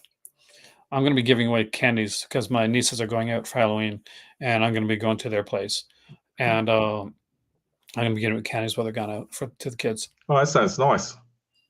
It's good. I mean, I went to Spirit Halloween again because I said, you know what, I didn't have, as you know, I spent a lot of money on. Hey, there's somebody. Welcome, man.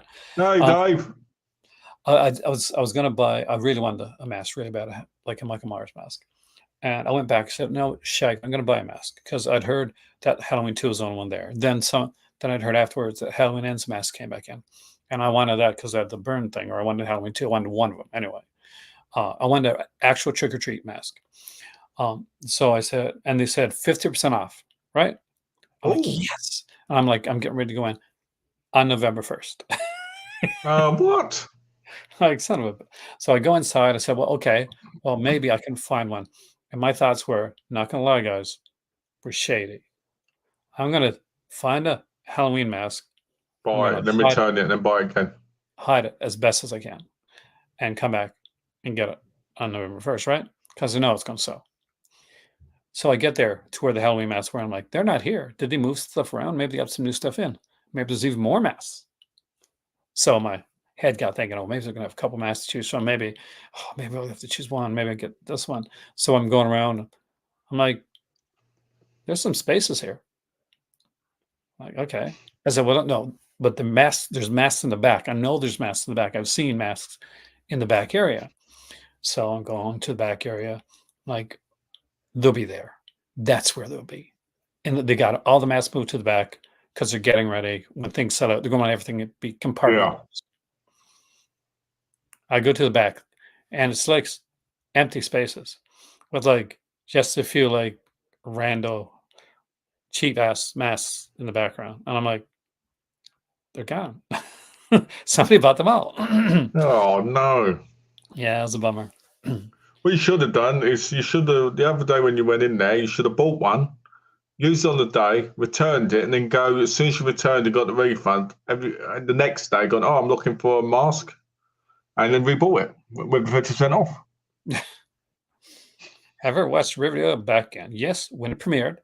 Well, I was watching it on its premiere date, Alan, and it's really not very good.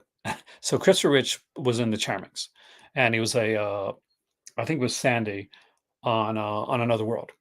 But anyway, so it had a pretty good cast. Lauren Holly was in it as well from All My Children, and so there's Jughead, and Jughead's a middle-aged man with a kid, and they do the song "Sugar Sugar," right?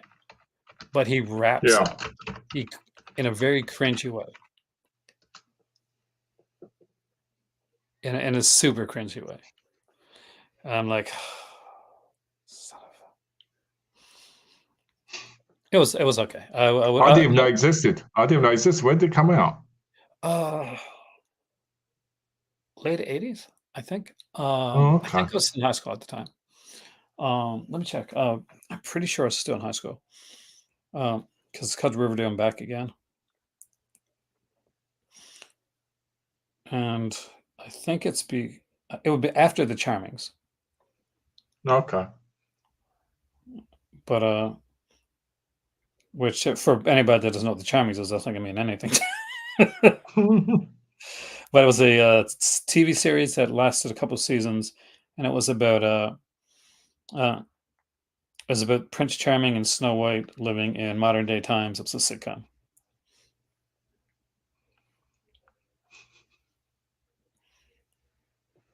Why is this not coming up here?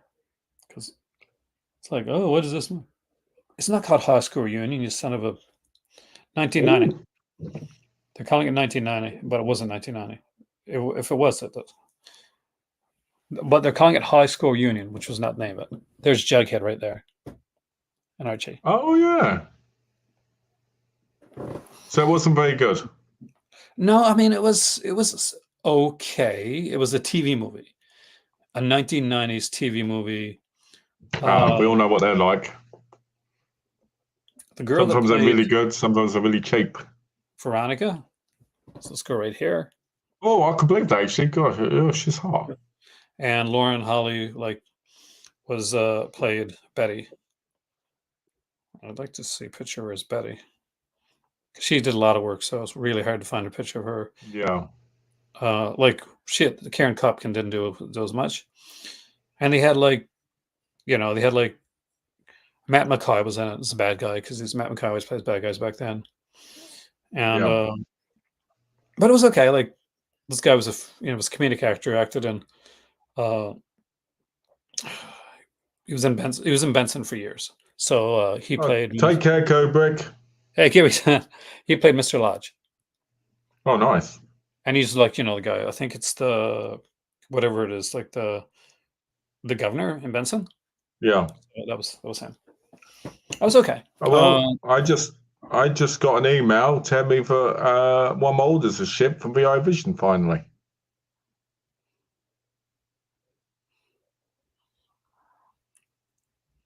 Christopher Reich played in the TV series Reba. I did not watch much Reba, but I did. You watch the show? Donna did. I've not seen it. All I've seen is a hot medded on the cover and wanted to see it. Is that Reba or is there another girl on there? Like I'm not. That's Reba. Okay, I don't know, man. I remember there was a show. I'm going to assume that this one was like Reba, and this is going to be because they're both like, I guess, country southerny type shows. Grace Under Fire. Remember a show called Grace Under Fire? I do. And do you know what? Grace Under Fire, do you know she got done? She got done on the set. Did you hear the story about her revealing herself to one of the kids that played her son? Yeah, she had like addiction issues, apparently. Yeah. She apparently, but that's not the end of it. No, did she flash at him, but she tried to get off of him. Yikes. Yeah. Before that, I really, really liked the Grace Under Fire. I thought it was a good show. So did I. It was a bit, I don't know. I got a bit uncomfortable after that. Because she bought a blonde TV so getting on with blew the doors off and then had to do a boring ash. I got to look now. So it's called Reba, right? It's just called Reba? Yeah. I don't think I watched it. Let's see. Well, You like Christopher Rich? Oh, Melissa Peter. Well, have you found it? Yeah. I think I've seen her stuff before. Actually, she's in this one. It's not Reba. No. That's the these are blind sidekicks and such. Oh, okay. She looks very countryist too. Actually, We need to see Reba. you can't expect her to be in like Reba McIntyre is actually cute. I actually like Reba. Say, MILF. Off. That was me. There's people in there that I would definitely watch this for. Okay, maybe I'll watch Reba. I know it's probably a good show. My mom is a real big fan of King of Queens. Oh, nice. And Matty said that was her, the blonde one. Oh, was oh nice. She came. I like King of Queens. That was a spin-off of like Carlos Raymond, right? Yeah. It was a good show. Just saw Reba in Tremors on 35. She rolls. Way. I was sad she never came back for the other Tremors films, actually. She probably wasn't. They're releasing, I don't know over there, but over here they're releasing a complete collection of them, only on Blu-ray. But they're releasing them with art cards and everything. Oh, wow. I swear to God, it seems like every year, like Walmart or somebody releases another complete Tremors set. Hi, Ralph. King of Queens is great, yeah. And by the way, Leah Remini is smoking hot. She was really back in the days of Saved by the Bell. Oh, yes, right. She was on Saved by the Bell. But yeah, she was she's still hot in King of Queens, man. She was like, she got better. Did we see her in any sexy underwears? In King of Queens? Yeah. Yeah. Actually, yeah, she gets on some pretty sexy clothes in King of Queens. Oh, yeah. Yeah, Remini's good in that. Like, didn't she like do a well, was meant to be a spinoff from like what's the name of the show? Who's the boss? Like she's a Yeah. model, like she's a model or something like that, like a teenage She model. also does. She also does a documentary series on Scientology, I think. Yeah, she's like she was assigned. She was in Scientology and she got out, and she's she basically tries to get people out of it because, like she says, You it's should dangerous. pick up Red Wolf. You should pick up Red Wolf Cinema Day. Brilliant show. It is fantastic. It's really, even though I do think there's some seasons that are a little bit more uneven than others. I think overall it's really Is that worth the it. more later? Is that the more later ones, or are you talking about the earlier ones? The later ones, I like the early ones. I mean, I do like the earlier ones. I Um, uh, I like to see it as like two timelines in a way, even though they connect. yeah, because there's the different. It's like the good part and then the decent part.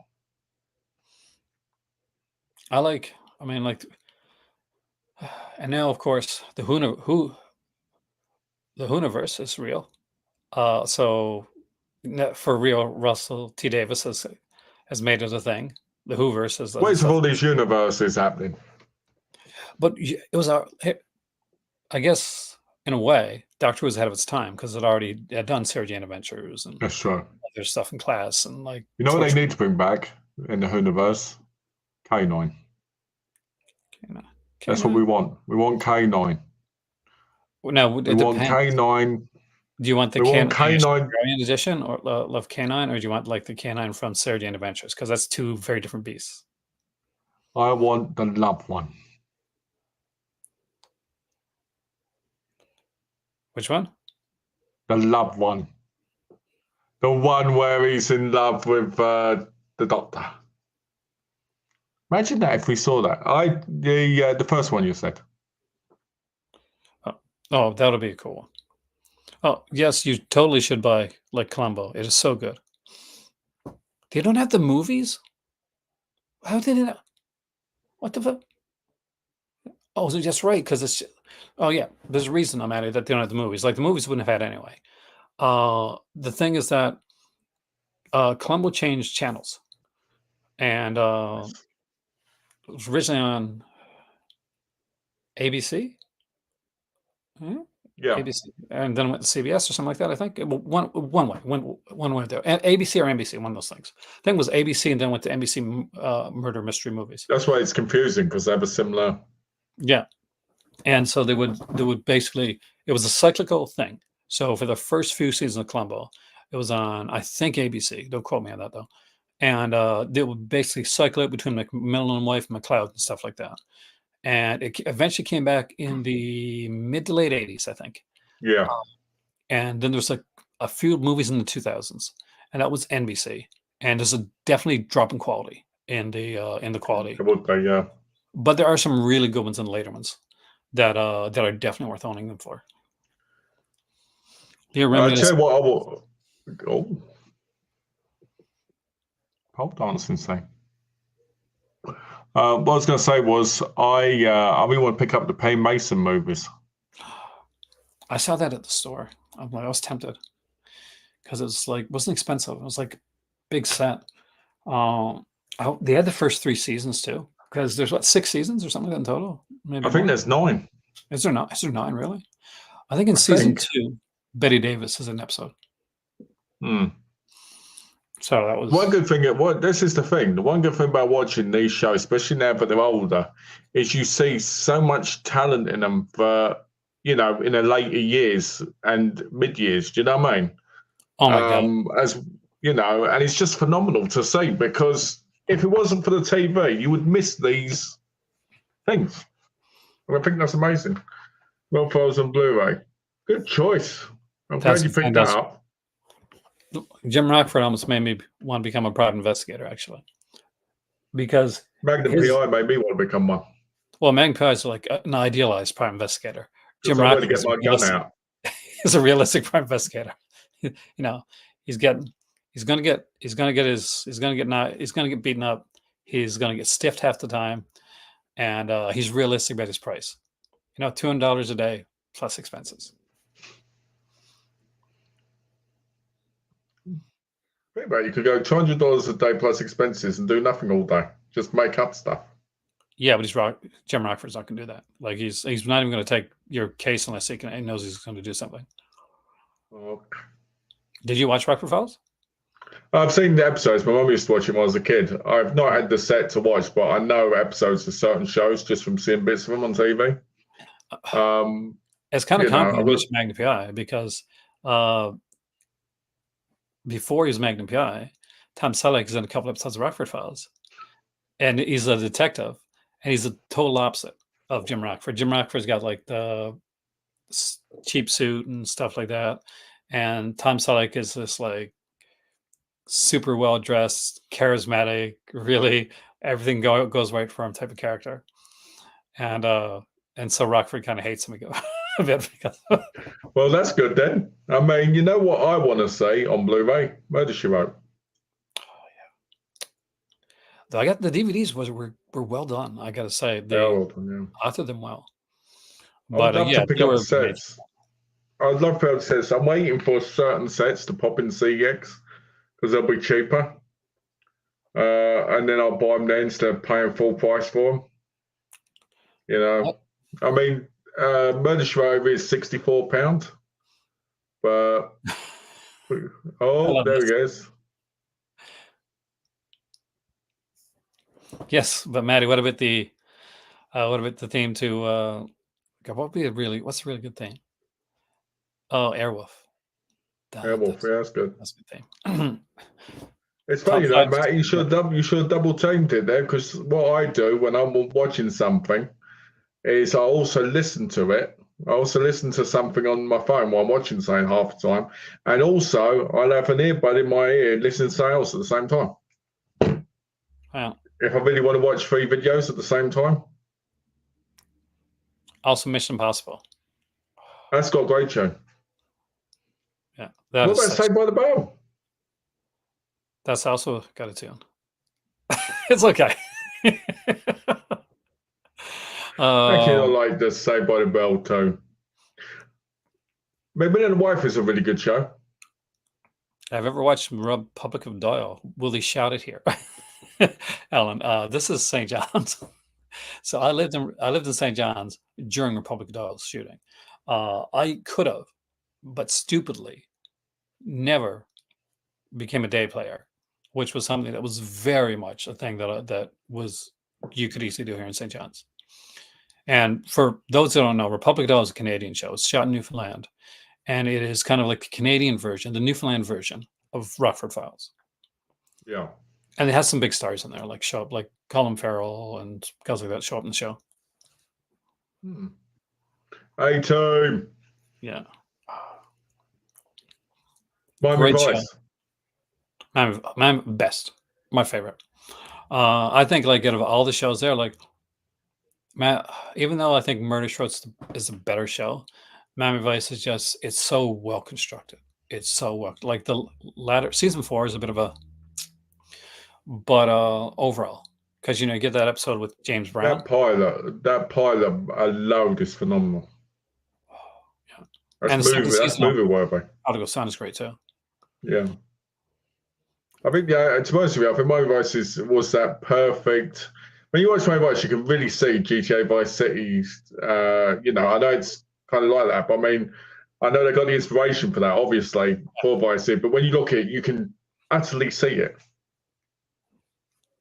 And for those that never grew up in the 80s, you want to know what it's like to grow up in the 80s. Yeah. What's my advice? I grew up in the 80s. I had a couple of the suits. That's it. I had a powder blue. Oh, God. Did you have a pink one? Yep. I had a pink one. I had a pink one and a powder blue one. And you wore it like with like a shirt. And you wore it because the powder blue one had the pink or salmon, as we call it that, colored shirt. And the salmon or pink colored one had the powder blue shirt. So I was pretty 80s, guys. I grew up in the 80s because I was born in 88, so I grew up in the 80s technically. I was graduating like the next year. I don't have any of the Rockford Files shows, unfortunately. Another tune we forgot was Cagney and Lacey. Great show too.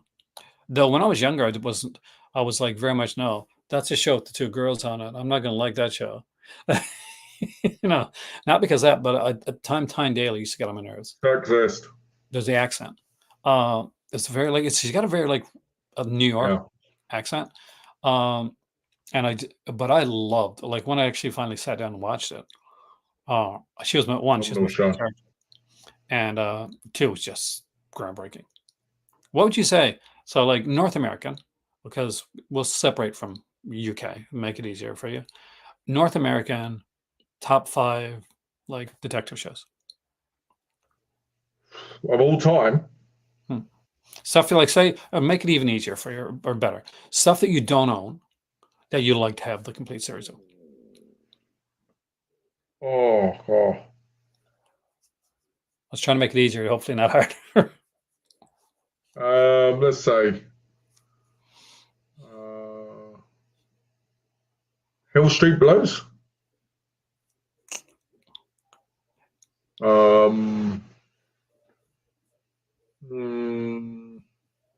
NYPD Blue. Okay.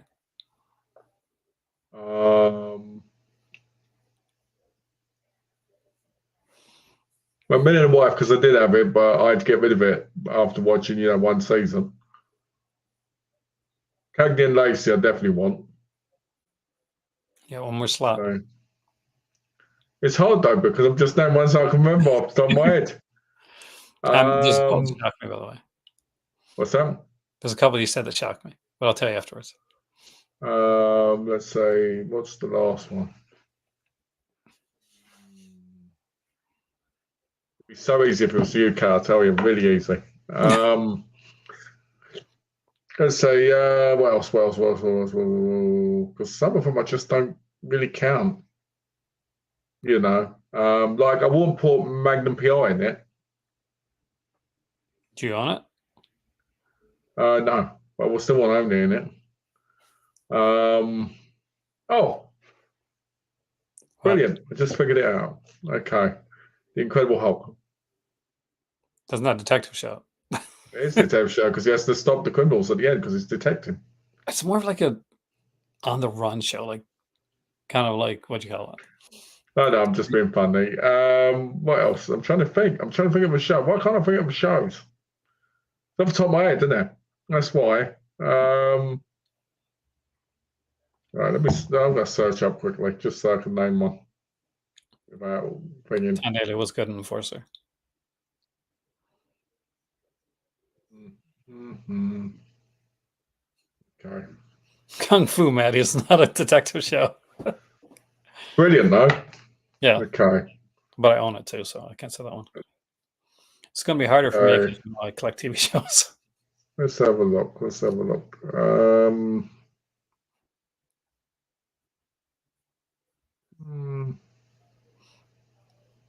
No, that's English. That's it. Okay, let's have a look. I shall say. I shall say Heart to Heart. Great choice. Actually, it's going to be on my list too. Here's the thing. There's the ones that surprised me. Your first two. Like you picked dramatic police procedures. I'm thinking like, really? Hill Street Blues? Be careful out there. That's an exciting series. Like I got the first 2 seasons of Hill Street Blues, by the way. It's a good show. It's not like Magnum PR rewatchable though. No, it's not. That's some really good. They had some really dark episodes. They do, and like I like NYPD Blue. Though it's still not going on my list. Again, MagPR is better, but I own MagPR already. I got like the Blu-ray and DVD copies of that one. 3 actually. For me, Heart to Heart, 100%, great show. Don't own it. It's hard for me because I got a lot of these shows. Yeah. Do I own? Yes, I do own 18. It's not detective either. I own Due South, so that's also not detective. That's not his detective. maybe Spencer for Hire. 100%. Oh, Love nice Robert. one. I had a friend, my friend John, you know, when he passed away. Yeah. Massive fan. That he named his son after that show. Oh, really? Named Spencer? Yeah, yeah. That's cool. That's a cool name too. I'm a massive Spencer fan. I want them all too. I want the whole Robert York series and even the TV movies with Joe Mantegna, even though the Hawk Yeah. and that's not as good. Hawk, that was a good series, but no, it didn't last that long. So yeah, we got Heart to Heart, Spencer for Hire. God, this is harder than I thought. Okay. Because every time I think something, I've already got it, or it's like just too short lived. Because I'm thinking maybe McCloud, but I'm not. Because I got McMahon Wife already. Yeah. Columbo. Oh,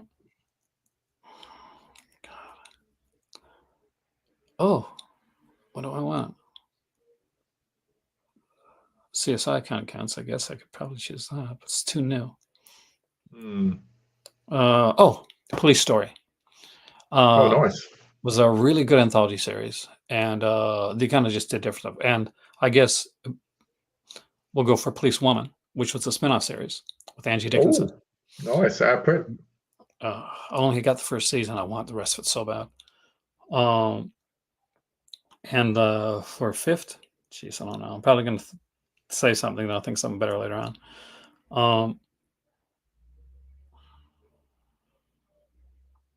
I don't have it. Do I want to put Hardy Boys on there? Because Hardy Boys is good. I don't that'd been perfect choice. Can't believe I forgot that. Hardy Boys Nancy Drew show. Huh. Yeah, why not? Let's go old school. Hardy Boys Nancy Drew mystery. All right, what about this then? All right, then what about UK? UK, okay. I'll go first on this one because you'll probably have a lot more of these already. So, Midsummer Murders. I know it's still ongoing. Perfect. Good choice. Sweeney. 29 seasons. 29 seasons is that now? Which is crazy. Well, it's fantastic. Can you count Sweeney? Because that's more of a hard hitting. It is, yeah. It's not really detective, is it, though? Okay, so we can leave it Sweeney for this one. Okay, so Midsummer Murders for sure. God, what's the one where he was rich? And he was detective as rich. And she was like, kind of like, I think it was the 90s or 2000s that it came out. What was it called? So we're going to go Midsummer. I kind of like Egg the Raisin. I'm tempted on that one. Oh, nice. That's a good show. Yeah. I only watched it originally because it was a girl from like Extras, and I had a crush on her. She's great in it as well. She's so good. Favorite scene in Extras, just cut in quickly, is the bit where she's with that bloke and he's going, "What are you, a dead corpse?" You know, when they're trying to. I love that. Oh, it's such a good show. I don't like they'd kind of do My Guy dirty in the latest season of Egg the Raisin, actually, because in the series there's a lot. She has a love interest. You've watched it, right? No, not yet. Actually, I own it, but I haven't watched it yet. Oh, it's good. It's really good. So yeah, I'm gonna put Egg the Raisin in there just because I really like that show. Oh God, that Ripper didn't last long enough. They didn't do it in the second. Red Man Still. Which one? Red Man Still. I say already on that series. That's why I can put it in there. I can't. I just stuff I didn't know. It's me. I got to want him to say it's a show of a detective that solves mysteries because he knows about movies. It's my life.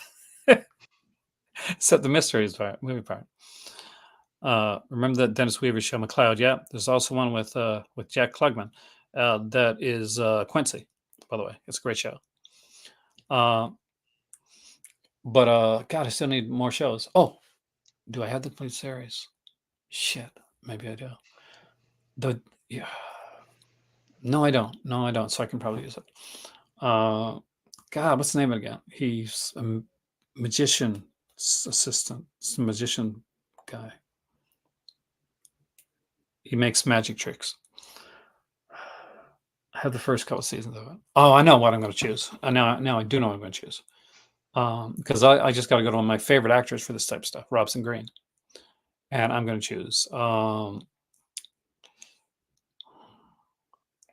Why in the blood, right? Wire in the Blood for sure, and also Touching Evil. 'Cause I Okay. like those, especially the Oh, first season. First series Touching Evil is freaking amazing. yeah. The American Um, one wasn't that great. uh, but it's so well done. And the one you'll remember, the detective show where he solves crimes, but he's also makes magic tricks for a guy. You know what I'm talking about? You know what this. I probably would. I'd probably know it. I just Like he's bit got the brain dead. really curly dark hair, and I think Anthony had us in the first episode. He plays a magician that he makes the tricks for, but then somebody else plays him for the rest of the series. So I'm gonna check it out now because that's actually driving me up the wall. So it's good. No, I won't classify the Alan. I won't classify the Professionals CI5 as a detective show, more of an action show. I don't know if that is because I haven't seen that one, but I'm going from the Professionals aspect. Jonathan Creek. Oh, Jonathan Crowder. I forgot he was a magician. Yeah, well, he's not. He's like he's kind of a magician. He makes magic tricks for. Yeah, it's probably because I ain't seen it since I was a kid, to be honest. Because my mum used to watch them all until it ended. It was a good It's show. weird. It was always weird when the fifth series was there. A completely different woman in it. Yeah, I know. I sat that. Okay. Did you name 5? I didn't name 5. Okay. I So for me, I know. Go on. no, I said I kind of I'm iffy on whether I should keep Touching Evil because I didn't like it all the way through. Yeah, so you should probably keep it. So I'm gonna cheat. I'm gonna just put UK TV series on UK mystery series. I would have chose Minor, but I don't think it's a mystery series. No, okay. I don't think it is. Though it sometimes gets like kind of lumped in there. I did like Daglish. That was pretty cool. But it's not hasn't been on long enough. I already said I could raise down. Oh, could I? Yeah, why don't I use that? What is it? What are you picking? Stupid. I'm going to choose Perot.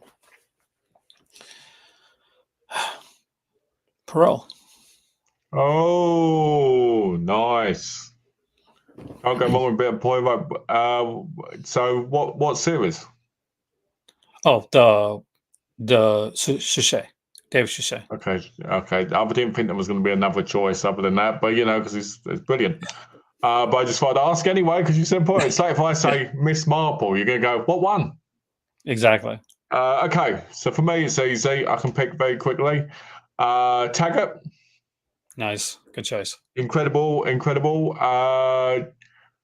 Jack Irish, which is Australian, so that doesn't count. So you can't use that. What did you? That doesn't count. No. So Taggart. Then I would say Frankie Doyle Mysteries.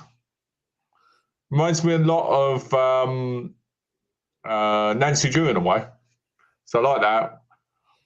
Inspector Morse, but not Inspector Morse. Endeavour of Inspector Morse, because I've not got any Endeavours. I could pick. New Tricks. I would pick Joan Hickson's Miss Marple. Well, actually, when you go to Miss Marple and it's Joan Hicks, it follows through with the other girl too, because someone takes over for her, doesn't she? Or she takes over for somebody else. No, what happens? Joan Hickson was so okay. So originally there was the black and white ones. Yeah. And then there was Joan Hickson, and then there was a gap, and then they did the new series, and then someone came on and followed straight after that woman's. Okay, so let's see some shows. Equalizer, great show. I wouldn't consider it like a detective series, but Equalizer is a fantastic show. Dresden, I read the books. I'm a massive fan of the Dresden books. Harry Dresden, if you haven't read it, or what was the TV series, was okay. Yeah. But the books are really, really good. done Yeah. by Jim Butcher. The comics are good too. I haven't checked the comics out. You should. They're good. What are you? Quantum Menace trilogy. I've got one of them, but I haven't got all of them. Here's what other question: what are you watching tomorrow? Rosemary's Baby, the others, maybe Men Behind the Sun too. I've got a list of. I've got like 6. What's the other 2? Well, 3 technically. I want to watch Freaks, the Criterion. I also want to watch. What's the other one? Think on my shelf. Oh, excuse me. Wild Boys. Is it the Wild Boys? Nico Malaskas one? Zero Boys? Oh, Zero Boys. Yeah, Zero Boys. And I might watch The Shining. Oh, classic. Let me know what you think of Zero Boys, by the way. Come on. Because that's one that actually is a favorite of mine. Sue Thomas, FBI. I actually haven't watched much of that. I didn't watch a lot of like Canadian like detective shows. Here's one. And the only reason I didn't choose this show, by the way, is because, and I guess it would have still fit. It's sort of a detective show, and it's never been available on DVD or Blu-ray or VHS or anything. And it's a show that came on CBC called Seeing Things. It lasted for 6 seasons, and it starred Louis de Grande. Now, if you don't know who that is, that's okay. He was a Canadian writer and actor, but trust me, you do know who he is because there's a movie called that he was in that you are very, very much aware of, and it's called Scanners. And if you think of Scanners, what do you think of right away? You think of a scene where there's a guy and his head explodes, right? That is Louis de Grande. So he's the guy whose head explodes at the beginning of Scanners. So he played a newspaper reporter who gets hit on the head with a bag of flour right after his wife has chucked him out, basically. He's got a hard luck type guy. And he starts to have visions. But the thing is, his visions come fragmented. So he never quite understands right away what these visions are or how they're gonna like situate till the end. So it's not like he has a vision and sees the killer. He'll have a vision and he'll see a little bit of something. So he knows something's going to happen, but he won't know who the killer is. He won't know for sure who's going to get killed. It's a brilliant series. And it lasted for 6 way too short seasons. And it's still one of the best things I've ever watched. Sounds amazing. It's really fun. And it's got like, as you can see, it's got a nice bit of humor to it. And the thing was that at the time, Lou de Grande was married to the girl that plays his wife that kicks him out. They were writing partners together, and then they were married in real life. So they have an actual real chemistry. Yeah. Well, I think he moved to Halifax, or sorry, just outside of Halifax. Oh wow! When he retired. So you might bump into him one day. I would love that. I think that would be one of those times. It's very rare the guys that I can shut up, but I think I would kind of fanboy out there. I did for Joy for Malcolm, are you okay? You seem to have lost a lot of weight recently. That's a good thing. Malcolm's been working really hard. I've been doing a lot of exercising, so that's good. It's good for you to notice that, because sometimes when you're doing it, you don't notice yourself. So it's hard to notice when you're doing it. That's the thing, Malcolm. It's like I'll tell you, not to sound funny, but when you lose some weight, it's weird because when you lose weight, you sometimes feel more overweight. Do you know what I mean? It's really weird. Like the first stages of it, you feel more overweight. So it's kind of weird because obviously you're more kind of, loose kind of, you know what I mean? Yeah, so yeah, it's kind of nice to hear that. So thanks, Keggy. I'm doing all right. I'm not ill or, in a terrible situation. I'm just exercising a lot. So, I'd say a break for a couple of days because I was in so much pain from doing moles of. So, but other than that, I'm all good. Butcherback's a good one. Pulse good. Japanese version, of course. Burial Ground. It's also called Seeing Red. No, Alan, it's not. Anybody that calls it anything but Seeing Things should be thrashed with an inch of their life. I am Canadian, true blue, grew up the show. But since I'll be by myself, I might make it a region be Halloween. Yeah, the Jones version of Pulse is good, but the Blu-ray sucks. Burial Ground is a must. You have to watch Burial Ground Halloween, but just because of the mum-son stuff, I just love it. Just always has me in tears of laughter every time. I can't watch any of this stuff because basically I'm staying at my mom's and they don't watch horror, really. If I watch anything, it'll probably be up here later on my room. Steve McHattie's a great actor. I love him in totally forgot the name of movies. It was the movie that I totally forgot. Fantastic guy, wonderful. And he's in that good in that other movie that I can't remember too. But when no, the one with Peter Billingsley. Oh. The guy, the kid from Christmas Story. I know what you're talking about. The person, really Scream Factory. Pontypool is my favourite horror since 2000s. Death Valley. That is Death Valley. Oh, I know. Yeah, Death Valley. It's got the great cover of his face on the cover. Yeah. Pontypool. Pontypool's fun. Pontypool's one that I had a lot more fun with than I thought I was going to, actually. Especially because the concept is so, can be so limited. But they did great with it. And the cool thing is, it was a movie that only lasted for like an hour and a half, and it wasn't like Walking Dead went on forever. And it's still going on. Like, have you seen enough Walking Dead yet? There's another Walking Dead series. There's 3 more series, isn't there? Because they've got the Del Dixon one. They've got the City one with Maggie and Negan, and then there's one coming with Rick Grimes. What's his name? Andrew Lincoln. Yeah. Is Fear still on, or is Fear with Walking Dead gone? I have no idea. I think it's either finished or it's got one last season, one or the other. And wasn't there also a Walking Dead anthology series too? There was, and there was also World of the Walking Dead, which didn't last that long.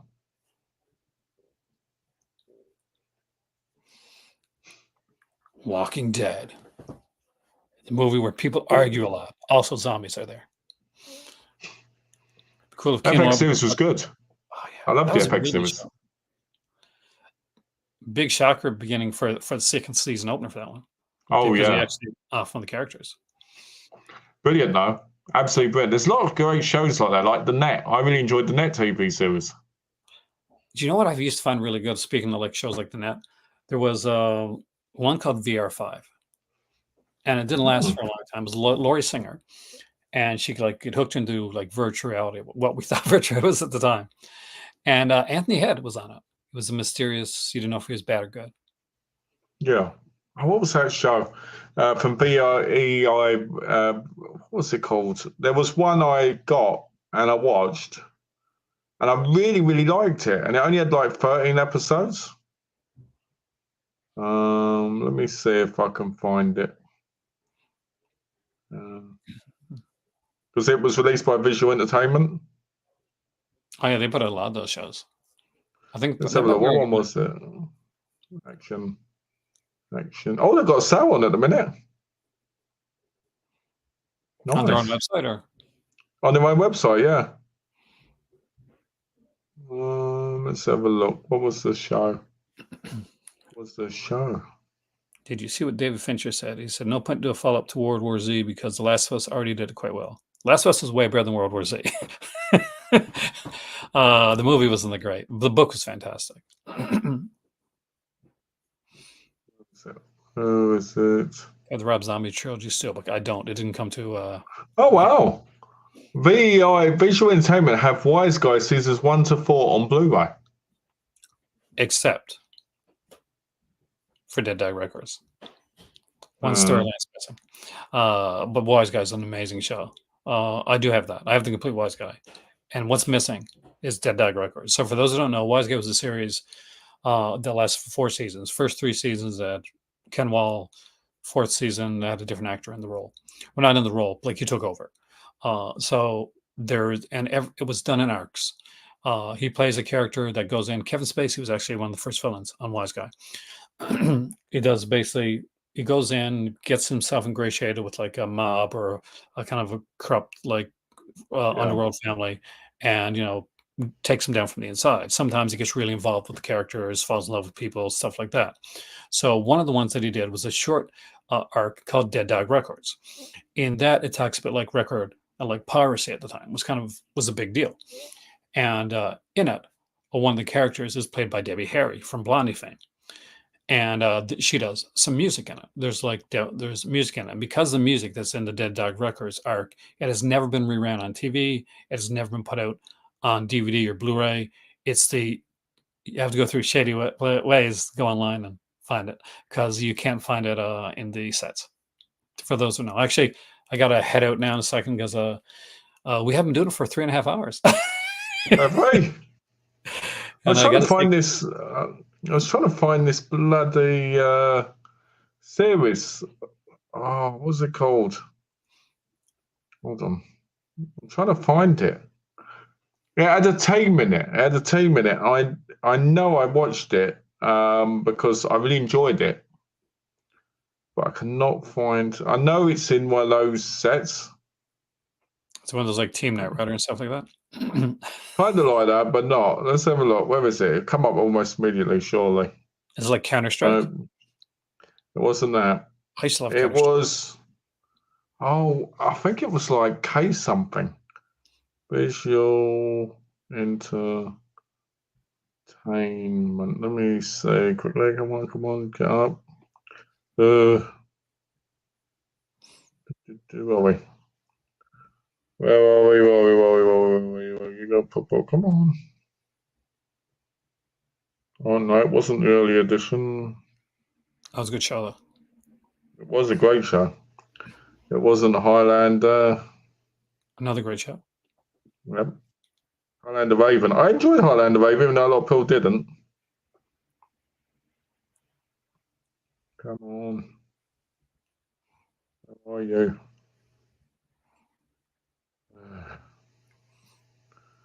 Okay. Because there's like 4 or 5 like backdoor pilots in the last season of Highlander, and out of all of them, the Highlander Raven was the one that was chosen. Which is crazy, really, because even though it was good, it just didn't feel like it had a proper lead character, in my view. Some people found Paul Johansson not to be great as a cop, but I like him. I think he did better with One Trio came about, though. I like.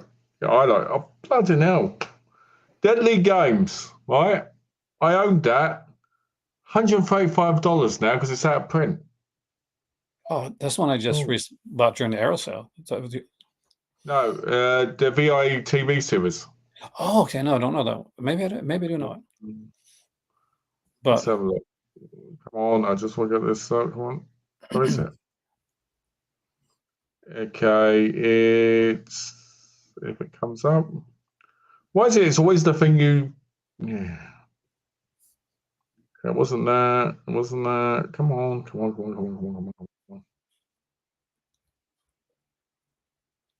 was it? It wasn't The Magician. It wasn't Street Justice. What was it? Was it Acapulco Heat? No, it wasn't Stingray either. I love Stingray. I'm trying to bash through this. Wasn't Promised Land? Oh God, no. Why can't it pop up?